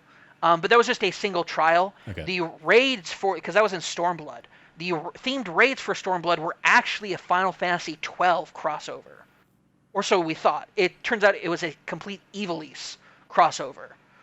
So in Final Fantasy 14, the stories of Final Fantasy 12 are not this like they're characters from Final Fantasy 12 and Final Fantasy 14, but they're not playing out the same story as Final Fantasy 12. It's just different. It's like think of like an alternate version of the timeline, because the Galbadian Empire is different in Final Fantasy 14 than it is in Final Fantasy 12. Okay. We definitely don't need to dive down that rabbit hole, because I barely even remember like the story of 12, having played it like a few times. But yeah, the important thing is, as you're playing through it and you're like, okay, I'm going through Rabanastre, which is one of the cities in 12. You're like, oh, this is cool. And then you go into the ruins of Rabanastre, down into like the underground, and you're like, oh, I remember the sewers from Rabanastre. It was a pretty cool area. And then you go further down, and then Trevor, this is where the bomb drops. There's also Final Fantasy tactics integration. Okay. You go to the Lost City of Og in one of the raids. You go to the Ouroboros Monastery. Okay, I remember that as a name. Yep, that's a name I remember.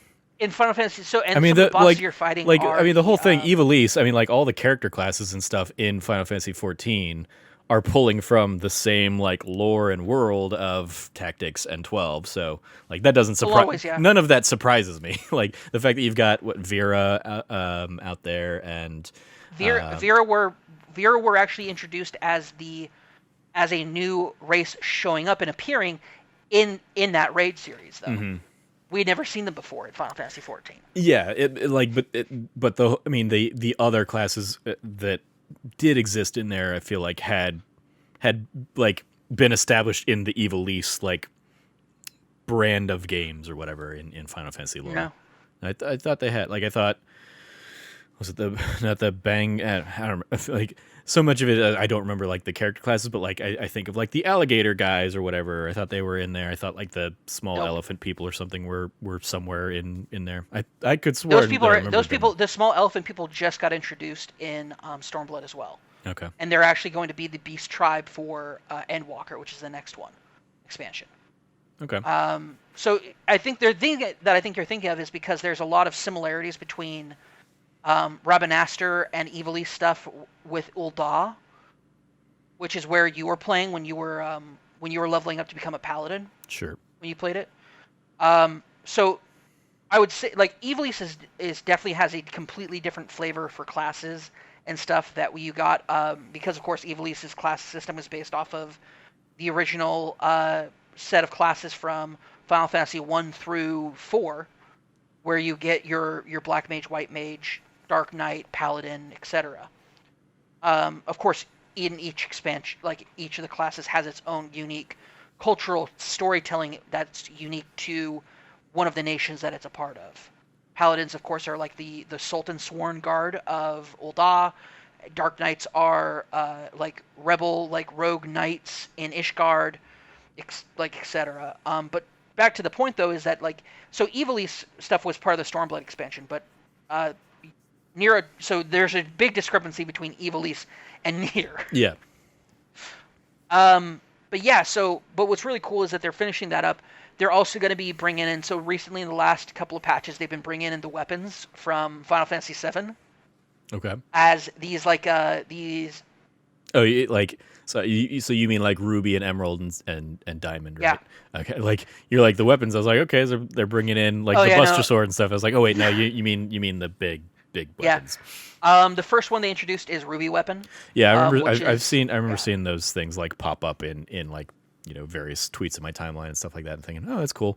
Like, but like again, so much of it is like you could tell me, oh yeah, you can fight the weapons in Final Fantasy 14, and part of me would be like, oh, like has that been in there for years versus like, oh, did they just add that? Like, so much of that is a blur because it feels like the game has been, that like has been drawing from the series itself for so long that like I feel like it like you could You could line up like 5 enemies that you fight in there, and I'd be like, okay, like I wouldn't be able to tell you like what era of that game it got bit, but I would believe all of them. Like you could tell me Yeah. like, oh yeah, you can fight Funbaba in there from like Final Fantasy 6 or something like that. I'd be like, I believe it. Cool, neat.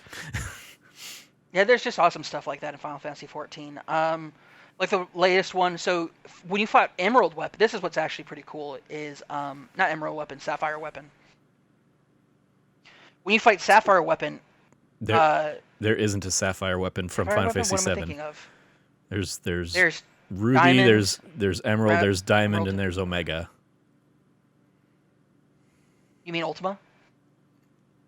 Yes, I mean Ultima. There's Omega weapon in Final Fantasy 7 too, right? That Yeah, I no, think. there's Omega. There is Omega weapons. Let me take a look at this. Final Fantasy 7 creature. We're just There confusing is- Pokemon games and weapons from Final Fantasy at this point.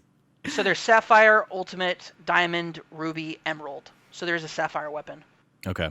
There was not a Sapphire weapon Sapphire is the one weapon that- in Final Fantasy 7, is what I There would say. is. It's the one that let's see here, approximately 1 week. So it attacks. It's the one that attacks Junon. No, that was Emerald. No, Emerald weapon is emerged from the North Crater and is at the bottom of the sea between Costa del Sol and Junon. Oh, you're right. Yeah, you're right. Yep. So Sapphire weapon is a unique fight in Final Fantasy 14 because you pilot a giant mech to fight it. So rad. Oh, okay. So So rad. so in Final Fantasy 7, it's not one you ever fight in Final Fantasy 7 because the Junon Mako explodes. cannon, Okay, like, that's yeah, that's Mako why I cannon don't know it destroys. because I'm like Yeah. I never would have known that was an enemy in there or whatever. Like I didn't know it ever got named or whatever. Yep. But okay. So Neat far that that's we've cool fought. in there. Yeah, we have fought. Sapphire weapon, Emerald weapon was the last one that just came out that I beat, and then Ruby weapon was the first one we fought. So the next one's Diamond weapon. It's gonna be the last one that we fight.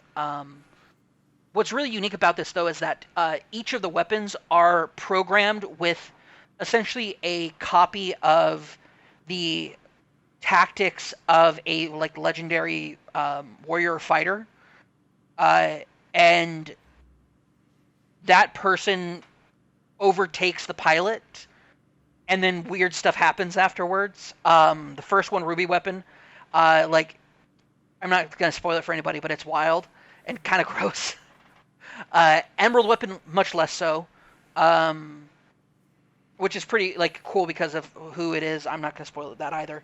But it's really rad, and it's a really unique fight that was just, it's a lot of fun to do. So there's that going on. So Diamond Weapon's the next one. It's the final one. Then we get a final tap on the Guardian Restoration, which is an in-game event that's been going on for the last year. And the main scenario leading up to it. And then 5.5 will have the last bit of the main scenario, last bit of updates, kind of setting the stage for the expansion to launch and hit the ground running from there. So, Cool. yeah, it's very exciting, man. It's very, very exciting. I'm just really stoked. It looks like 5.5 is going to be coming out sometime early April, so early to mid-April, and so that's going to be fun. And yeah, as we've touched on, you'll get to play that on your brand new PS5. When the time comes. Or do you play Final Fantasy on PC? I play both. Okay. Like I have it on my PS4. It depends on like what I want to play it on. Because sometimes I want to play it with a controller, so I play it on my PS4. And sometimes I want to play it with keyboard and mouse. Okay. It kind of depends like where I'm gaming at the time. If I stream it, which I've been streaming it usually on Mondays, which by the way I've settled on my streaming schedule. It's Monday through. I'll catch that up at the end actually. Okay. Yeah, playing through it, I like on PC usually is when I stream it. If I'm playing it more casually, I might be on my PS4, but I'm definitely looking forward to playing it on my PS5. Cool. So. I will switch us over then and wrap us up with my latest updates. Staying in the Square Enix family, Marvel's Avengers came out on new generation stuff this week, alongside the new Hawkeye stuff. As I said earlier, my full Let's Play of me playing through the Hawkeye levels and the whole Hawkeye storyline will go up on the site tomorrow. But my just kind of general broad overviews. and I like a lot of this is just kind of like the thoughts that I had while I was playing through are just like really like something definitely got screwed up in their development timeline because I can't understand why they would decide to release two Archer characters back to back that play virtually identically. Yeah. Like they yes, like Hawkeye versus Kate has like some different like specials and stuff like that, but it's the most of the combat you're doing either as range combat or as you know up close combat is like either the bow and arrow or the sword, and even like the bow character like the three bow types. You have like the standard arrow, you have a multi-shot arrow, or you have like a heavier arrow to pull that will do like a slight like area of effect, you know, be it an explosive from Kate or like a pulsar attack from Clint. So it's just like fortunately the last thing I've been playing in that game has been as Kate, so it's pretty much like oh just completely familiar and all this stuff. The story itself is whatever. It's like the Kate story was interesting because like it introduced like a weird little time loop element to it where like you start playing Hmm. through something and you're going through these missions and there's like, you know, something else going on at the base that you're about to attack. That it becomes clear as you continue to play through that oh it was you attacking the other part of the base too that was drawing off forces, but that was like you guys having gone back in time at that point or something like that. So there's like a fun Okay. time loop element to that. Whereas this is pretty much like the story, like there's a bit of story where you're looking for something in the modern day, but then most of the mission is like Clint in the future or Clint bringing you guys into the future through like a time bridge thing. And leading up to like, okay, how did things go completely so wrong in the future? Because that's what you're going to have to go and fix in the past in future updates and stuff like that. And the it like I would say it's a spoiler, except that like all of the trailers and stuff like showed you that like the new villain in this version or in this expansion is Maestro, i.e., like future Hulk, Hmm. who not only is he just like another abomination type of fight, but also it's just like they had completely gave away the game. So like I'm going through the whole 2.5 hour let's play, just kind of like am I fighting Hulk yet? Nope. Okay, still not yet. Oh, Hulk was just the big bad at the end of this whole thing. Okay. Well, then it would have been really cool if you hadn't like given that away and all the teases. But at the same time, it's like I get that you kind of have to like when Sell people on it. people are clamoring for new villain sectors, and this is the villain sector that you're going to come out with. Like I get that you kind of need to show that off, even if it like it's a weird like mix of marketing this thing versus like spoiling it because the marketing completely spoils the thing. So it's like, that was weird. Like, and I feel like I had pretty much all of the cutscenes that you play throughout these. I feel like I'd probably already seen in like the trailers that they'd put out for the game.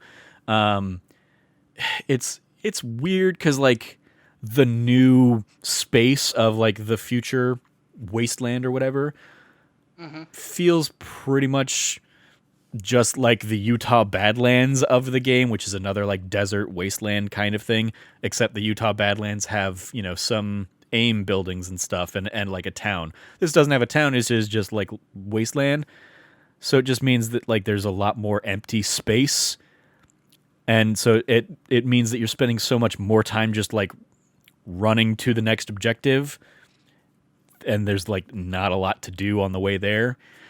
Like I mean like my relationship with this game continues to be like horribly conflicted where I'm like there are moments where I'm like it's fun, I'm at the point where I would not call this a good game. Like there's mindless fun to be had, but there are just so many problems with this game that it is just infuriating, and the only reason I continue to like hop in and check it out is at this point for like a completionist kind of mentality in me. Like I've got Clint at like, you know, level 35 or 30. No, he's in the 40s now, which that's a whole other thing. Like, cause this is the first one they've done with like, where they adjusted the grind or whatever for like levels 1 through 25 are going to be the same, but then 25 through 50, where you're getting skill points and unlocking abilities for Clint, they like increase the grind on that. I'm not even noticing really a difference because I like if I go in and do a mission, I'm still unlocking a few levels each time, kind of thing, and it feels pretty much like for all of these characters, they don't feel like you've you, they're not like a fun playground to do until you've unlocked everything anyway. So I'm like, whatever. It's like and also I'm not digging into like the different specs that you can do. Like for any of the characters, I've never really delved into like, oh, how can I spec this character out for this kind of build? Because none of it really matters. And that's the thing is like it. I play it the same way I play Destiny, where I'm never caring about like the builds I'm doing or anything like that. I'm like, oh, I Yeah. like playing as a warlock or whatever, so I'm going to play as a warlock. I'm not looking at gear to figure out what's going to give me little perks and boosts that are going to, accentuate this skill that I really like using or something. Like I I I look for the highest number on the gear, and that's what I go for, and that's what I equip, and that's it. And like the game doesn't even push you to do anything more than that. Like, yes, it might be a Jeez. little easier in some sittings, especially when like, you do a high level mission that has like some modifiers on there where it might be like, oh, cryo damage is going to do more or something like that. I'm like, okay, but if I'm not using cryo damage, I'm still taking these enemies out just fine. So what does it matter? Um, and yeah, there's so many just stupid little quality of life things in there that they can't fix. They're clearly not trying to fix. I'm just like, whatever. I this is probably the first one I'm not even going to bother completing Clint stuff, which is unfortunate because like this is the first one that like at the end of his like level 40 battle pass thing has like one of his Ronin outfits, and it's like, oh, that one actually looks really cool. But I'm like, I don't know if I want to put in, 2 weeks of just hopping in and doing daily challenges to get it. At the same point, I have enough credits unlocked from having done all the other battle passes that I could just use the in-game stuff now and unlock it all if I really wanted to. But, eventually Spider-Man's going to come and so or eventually there will maybe be other costumes that I want to use those credits on instead of having to actually like buy in-game currency stuff. So it's just like I don't understand the decisions that they made around this game because they're just so bad so often, Hmm. and it's frustrating. And like I'm pretty sure at some point either on the video that's going to go live of the Let's Play or like immediately after, where I was just getting frustrated by some things. I was just like, I can't even defend this game anymore because it's like they've had their opportunities to like show what it's going to be, and even now that they came out with a roadmap, which a lot of people are happy about, but I'm just like too little, too late, and it still doesn't have enough that interests me at all. Like people are excited about like, oh, eventually they're gonna finally have like the end game raids content and the labs and stuff like that. I'm just like, I don't care about any of that because I'm not gonna hop in myself or with a group of people and like try and do any of that stuff because it's just like that's not what interests me. Like what would interest me is more readily available story content, and like the next bit of that we're gonna get appears to be the Wakanda stuff. And so I'm kind of like at the point where I'm just like,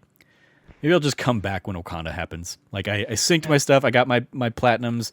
Last time I checked, I was still in like the first 50 platinums on the PS5 version 2 to go along with my first 50 on the PS4 version. But like that's I was like 49 yesterday when I checked. I'm like pulling it up right now to see if I'm still in there. Because as like people sync their PSN profiles, they like I'm just getting pushed further and further down. Nope, still in there at 49. So as long as two more people don't sync their trophies, having platinumed it, before March 18th at 11:49 a.m., I might be in the clear. But yeah, it's just it's not a like it is.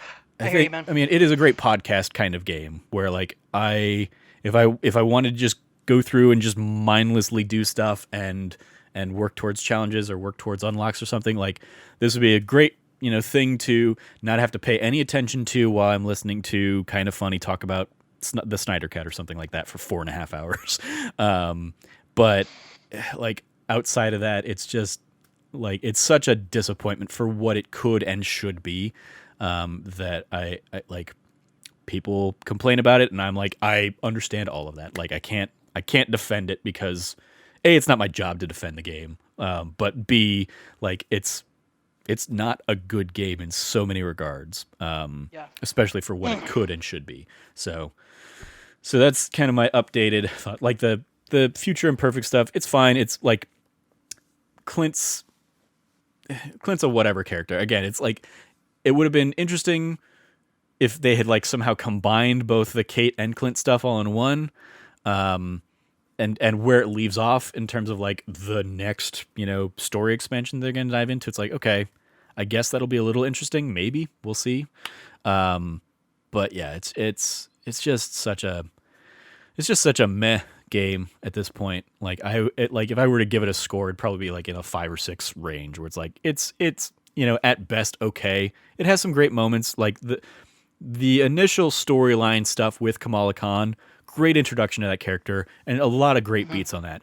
But I played that 300 hours ago in this game, and now they finally have made it with the new updates that you can replay that stuff. Like you can finally replay the original campaign if you want to replay that and revisit that storyline now with That like wasn't an option before? no, it's Oh my some gosh, okay. yeah, you could not replay. You can like replay individual missions because like the entire game is just replayable stuff, but it was only certain missions, and it was never like including the story stuff around it. But yeah, now you can finally go in and replay the reassembled campaign. Like you still can't go in and replay the Taking Aim campaign, i.e. the Kate stuff. And once you finish the Clint stuff, you can't go back in and immediately start like replaying that. Jeez. So yeah, it's like they've said like, oh, we'll give that, you'll be able to replay that stuff down the line. It's somewhere in the roadmap. But yeah, it's just like the Kamala Khan stuff was good, but again, like I said, 300 hours ago, in terms of like whenever I played any of that stuff, and the 300 hours that I put in there is just like mindless replaying the same things over. Like the Future Wasteland right now only has one mission that you can go in and replay. So like it's only got like the one giant open space, and it's this, if you're replaying that to get like the challenges that go along of like kill 500 enemies in the wasteland, take out 75 enemies with combos in the wasteland, and unlock 25 strong boxes in the wasteland or something, you're going to have to be playing the same mission over and over and over again once you've completed the campaign to do that. And it's just like so many unforced errors. And when you've touted this whole thing as like, there's a new area to play, and it's like, okay, well, I wasn't expecting it to be a single new area to It's a play. new area to play, but it's the same thing you have to do in that area over and over again. And that area isn't too different from one of your other existing areas. Like even some of like the landscape topography is pretty much like the same kind of layout. So it's kind of like, okay, I know the gist of where I need to go because I know, having spent hours and hours in the other wasteland area, like where to go to find the hidden passages or whatever. So yeah, it's just a weird ass game, and it's still like, I mean, buggy as hell. Like a whole host of problems happened this week. It crashed twice on me during the Let's Play for the 2.5 hours thing that I was playing. So like I quickly hop back out to the screen and then hop back in. Fortunately, loading's quicker, so like I'm back in the game quicker again. But like as I've continued to play it afterwards, like I will go into the menu to check something, and then I will go out of the menu, and it just like sits on the, not even the menu, but it sits on like the like model of Clint for a little while before it loads me back into the game. And I'm talking like 10, 15 seconds, where I've a couple times been like, well, okay, I'm probably about to crash again or something like that. And it doesn't, but it still takes a while. And I'll come back in and like the audio's all fucked up. I'm like, okay, well, like a crash is probably imminent, so I'm probably just going to like close out of the game, kind of preempt that. And it is just such a disappointing thing. And like I get that COVID definitely threw some things for a loop, but even take COVID out of the equation, this game wouldn't have been ready to go. The roadmap that they have of like the fact that Wakanda's probably going to come out like a full year after everything else, I feel like Wakanda is to Destiny's, like, it would have been one of those, like, first couple expansions that came out. It would have been like the Osiris Mercury expansion of Destiny 2 instead of like the Taken King or whatever, like the really big ones. But because of how they've botched everything else up, it's going to end up coming across as the Taken King expansion type of thing, And it won't be. and it won't. I can't imagine it will be that. I mean, it'll be cool to have like Black Panther and even that, like, they're touting like Black Panther and Claw will be a new villain, and you'll have like new hub world and outpost and stuff like that. It's like, okay, but like the thing people aren't clamoring for more of in Destiny is more towers to wander around in. And that's what they true. constantly, like, there are 3 outposts now that I can go to. I can be on the helicarrier, I can be on Hank Pym's place, or I can be in like the shield base, and they're gonna give me another one in Wakanda. And it's like, I don't need that. I don't need more places where I can go and pick up quests. I like, it's just the decisions they just make around this game are just baffling. Especially like it feels like they're building this game and continue to build it in a vacuum, when like clearly Destiny has done a lot of things wrong that they've had to fix, and now has done a lot of things right, despite my own misgivings about that game even. But yeah, it's just it is a weird ass game. And I, like Greg, when he did his whole Blessing Show episode on it, Yeah. touched on a lot of the same issues I have with that game I as was gonna somebody ask who you about has that. Yeah. like I mean at this point, like, I have 4 fully powered out characters, and I don't really have any reason to have bothered putting in that much time to getting Black Widow and Cap and Iron Man and Kate max power, max level. Like, I guess if a friend of mine really wanted to put together a raid team to do stuff and put out a call, I might hop in and be like, "Hey, I have, one of each type of character basically fully maxed out." I could hop in and do that, but that's also not the kind of player I am. So like, I will much more likely see that call go out and be like, "Have fun." Like, I'm not gonna hop in and do that. I could, but yeah, so like Greg touched on a lot of those things, and really the roadmap thing that again I'm looking for is more story content, is more story missions to hop in and do this. And the fact that we got Clint and we're not going to really get anything until Wakanda means I have no real reason to hop into this game for another 6 months or whenever Wakanda is going to come out. And then I guess at some point Spider-Man's going to come after that. Who knows to what extent that's going to exist, because everybody's pissed off about that anyway. Because it's a PS5 or it's a PlayStation exclusive. But at the same time, if I really want to play Spider-Man, I will go back and play Miles Morales, or I will play Spider-Man 2018 more than like, because I can't imagine Spider-Man is going to feel any kind of good in Marvel's Avengers. He will most likely control similar to Black Widow in that she can swing around things on a whip or whatever. And I'm just like, yeah, it's good. It's like the game is not like, I would have loved it if this game were, a Marvel's Ultimate Alliance or an X-Men Legends type of game, and it's not that. It's not that at all. And it doesn't know what it is. It is fighting against itself in so many regards, because they committed to this live service model, but then they started seeing the backlash against live service models, and so they backed away from a lot of the mechanics that probably would have been in place for that. But they didn't make it as a standalone single player experience either. So it's just weird stuff. And yeah. But go check out my Let's Play of this going live tomorrow on our YouTube. So yeah, I will say I have a couple observations that I want to give here about what you've told me. It is very much a Stockholm syndrome kind of thing. That's pretty much how I feel about this game. Yeah, I will say this: where they're at sounds a hell of a lot like where Destiny 2 was at post-launch, pre the season pass Curse of Osiris stuff, where it really feels like and sounds like which is another time I got super into Destiny 2 when everybody else bounced off of Destiny 2. I just Yeah, because we're like, I just this isn't right. I just have bad luck with It's these games, I guess. the thing I will say. Well, it's because it sounds like it's a serious problem for the newer games as service games where Destiny 2. The problem with Destiny 2 is that Destiny 2 should have had more content going on at that time. Not necessarily in expansions and stuff, but like their slow rollout of traditional Destiny 1 event stuff that happened on a regular basis that kept people interested and kept people involved with the game in its first iteration was completely missing from Destiny 2. Mm-hmm. And they're like, oh, well, we're going to introduce that later. It's like, why do you need to introduce that later when we can just have it, we should just be having it already in the game for us to roll out now? Like, you already had it. A lot of us feel like we left it behind, and Yeah. now we're not getting our return on it. Yeah, That Destiny. was my feeling about Destiny 2 after launch, but Yeah, Destiny 2 definitely suffered from like you took things away from us that we'd gotten used to in Destiny. Why did you do that? Like Destiny 2 should have been like bringing everything over from the original Destiny and moving forward with new stuff.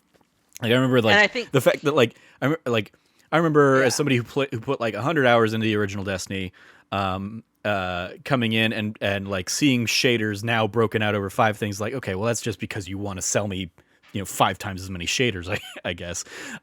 Being like well, that's a stupid thing. Like, why did you like this was a thing that like was just a given in the old game, and now you've like broken it in the new game. And there was just a ton of things like that in Destiny Yeah. 2. I thought, And Destiny 2 whereas for like that aspect, but, Avengers like, doesn't oh, even yeah. have that like lineage. It just I guess it's coming in a similar vein of like there have been enough live service games for long enough that you should have known what things to bring into your game and They're missing, what things to not, and you just didn't bring any of that stuff forward.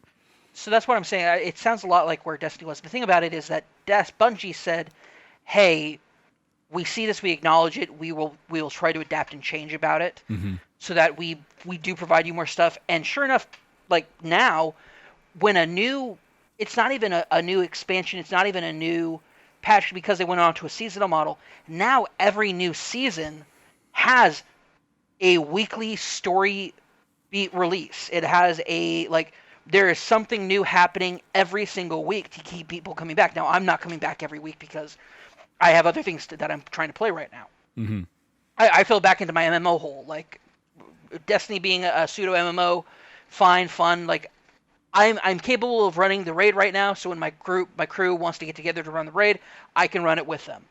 But they're all like 1325 and I'm like 1270. I'm like 1260 something. Mm-hmm. And I'm like I'm in no like there is nothing about like what I want to do or that I would need to be at a higher light level. I'm not worrying about it.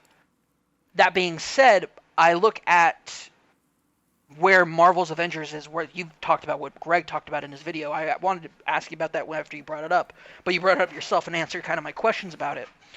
I see what I'm seeing from Marvel's Avengers, what I'm hearing from people like you, hearing from more optimistic people like Greg, is this that you guys are currently at a spot now.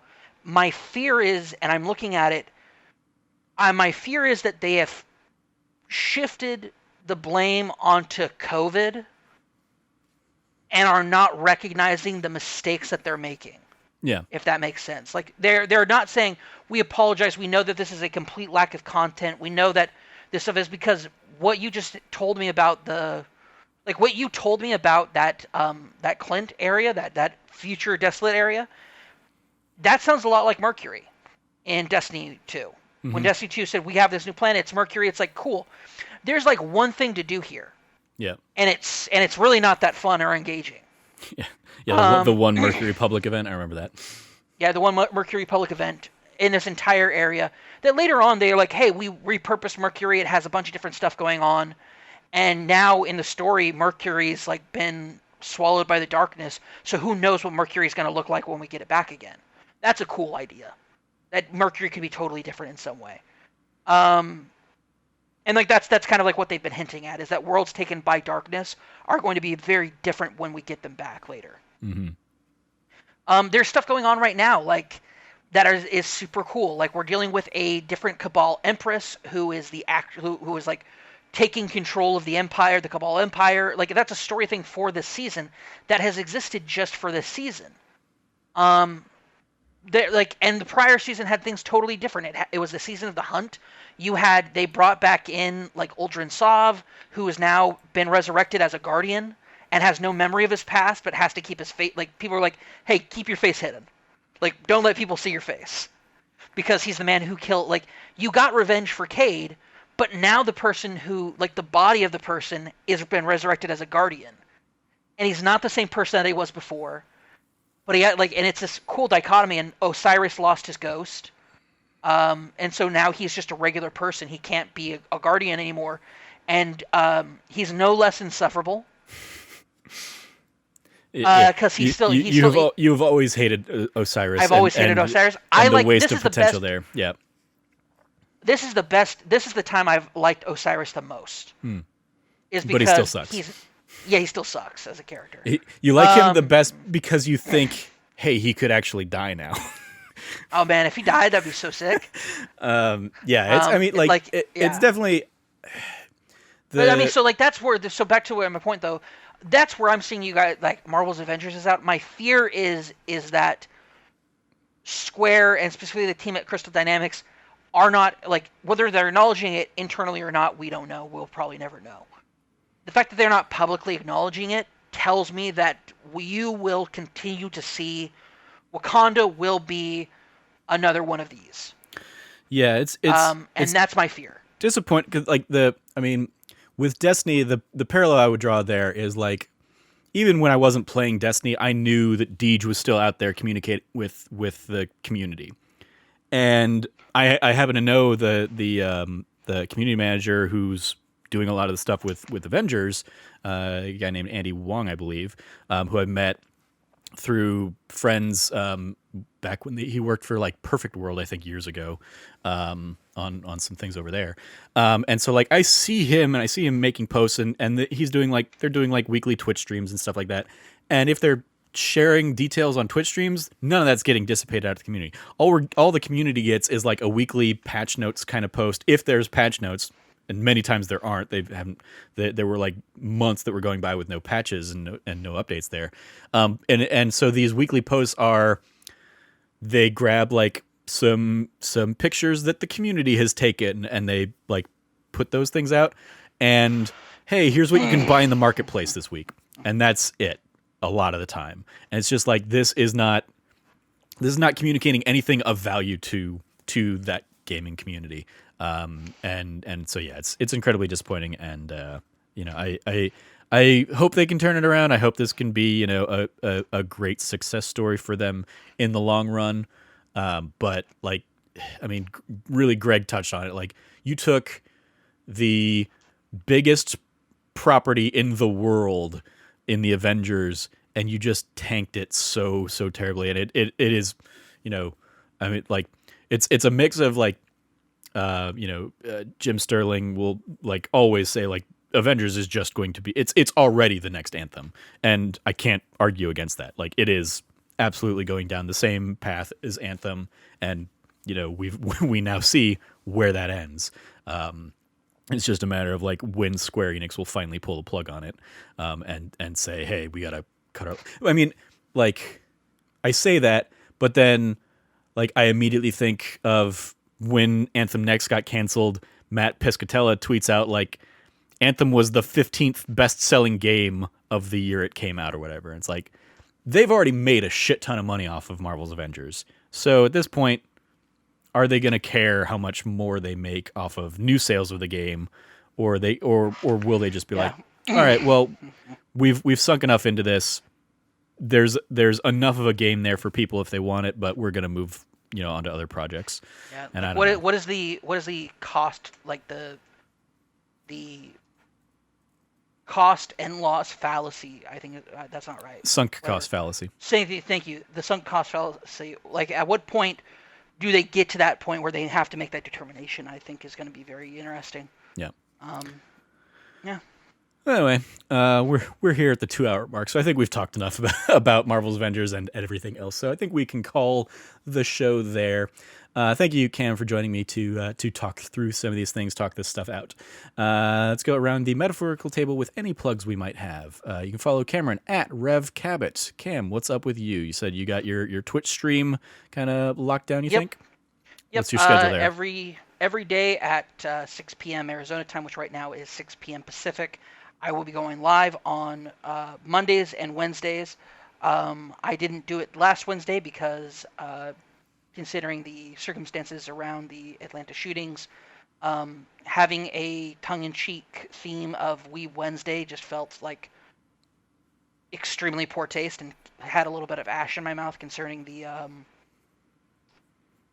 my own personal relationship as somebody who is the son of somebody who's a member uh, of the Asian American and Pacific Islander community, as well as you know it just was not going to go well, and there were people who were streaming raising money, so instead I promoted them. Mm-hmm. Uppercut did an incredible job, Uppercut Crit did an incredible job of raising a whole lot of money for Stop the Hate AAPI. Lana Pierce did the same thing. Want to give them massive shout outs for the work that they're doing to try to raise awareness for the hate crimes that have been on the rise against the Asian American and Pacific Islander community the last year and a half. Whether I will be bringing back Wednesday as a Wee Wednesday, I don't know yet. But Monday and Wednesdays, I will be streaming every Monday and Wednesday at 6 p.m. Pacific time right now. But yeah, Monday Fun Day is usually where I wrap up the weekly stuff for things like Final Fantasy 14 or Destiny. We'll see what happens tomorrow with that. But Wednesday, even if it's not Wee Wednesday, I will probably still be playing Yakuza Kiwami. So cool. You can follow me at Trevor J. Starkey. I will just shout out the YouTube channel in general. Not only do we have all these video versions of the shows, but again, the Let's Plays we go up on Tuesdays and Thursdays. Like I said, tomorrow will be me playing through all of Marvel's Avengers, where I'm sure as I talked through that, you'll probably get a whole bunch of other random thoughts of just me being frustrated as I encounter certain things in the game that just frustrate me, that are, too, forgettable to even mention here in this episode. But so you can check that out, youtube.com/thatnerdysite. Thank you to, the growth we've seen on that. We're up over 200 subscribers, which I feel like is like we had like a pretty good like push to get to that like first 100 that we needed for like the vanity URL, and then like nothing for a while. And so I don't know if it's the Let's Plays that have been bringing people in, but it's been really cool seeing those numbers go up here and there. And then also thank you to everybody who last week, I joke about this, and it's always fun to joke with Cameron, the 600 or 700 people that like looked for Darby O'Gill and the Little People and stumbled upon our videos. It's not near the like, I mean, it surpassed the like 200 that we usually get like a week going and looking for like Transformers videos and finding our old That Wannabe Film Class videos. Like Transformers and Mad Max are typically our two highest performing videos because of that. And I'm just like, these people must be so disappointed when they click off within like 3 seconds and then bounce. But yes, thank you to everybody who does check out the YouTube channel and subscribes and we've got regular activity going up there. So yeah, check out all that. You can check out everything from us over at That Nerdy Site, or go to thatnerdysite.com for all the latest from us. If you liked what you heard, once again, please rate, review, like, subscribe, maybe even consider supporting us on Patreon at patreon.com/thatnerdysite. Those numbers have not gone up. I will say that. Like, it'd be nice if those numbers went up, in alignment with our audio listens or our YouTube views, but so be it. If you can support us, we of course love it when you can, and you get bonus episodes of this very show. You get early access to a monthly episode of That Nerdy Site show that dives more into like a specific topic than these kind of like what you've been playing, what you've been watching kinds of shows. So check that out. Thank you as always for listening. Thank you, Cam, for joining me. As always, stay nerdy and be good to each other.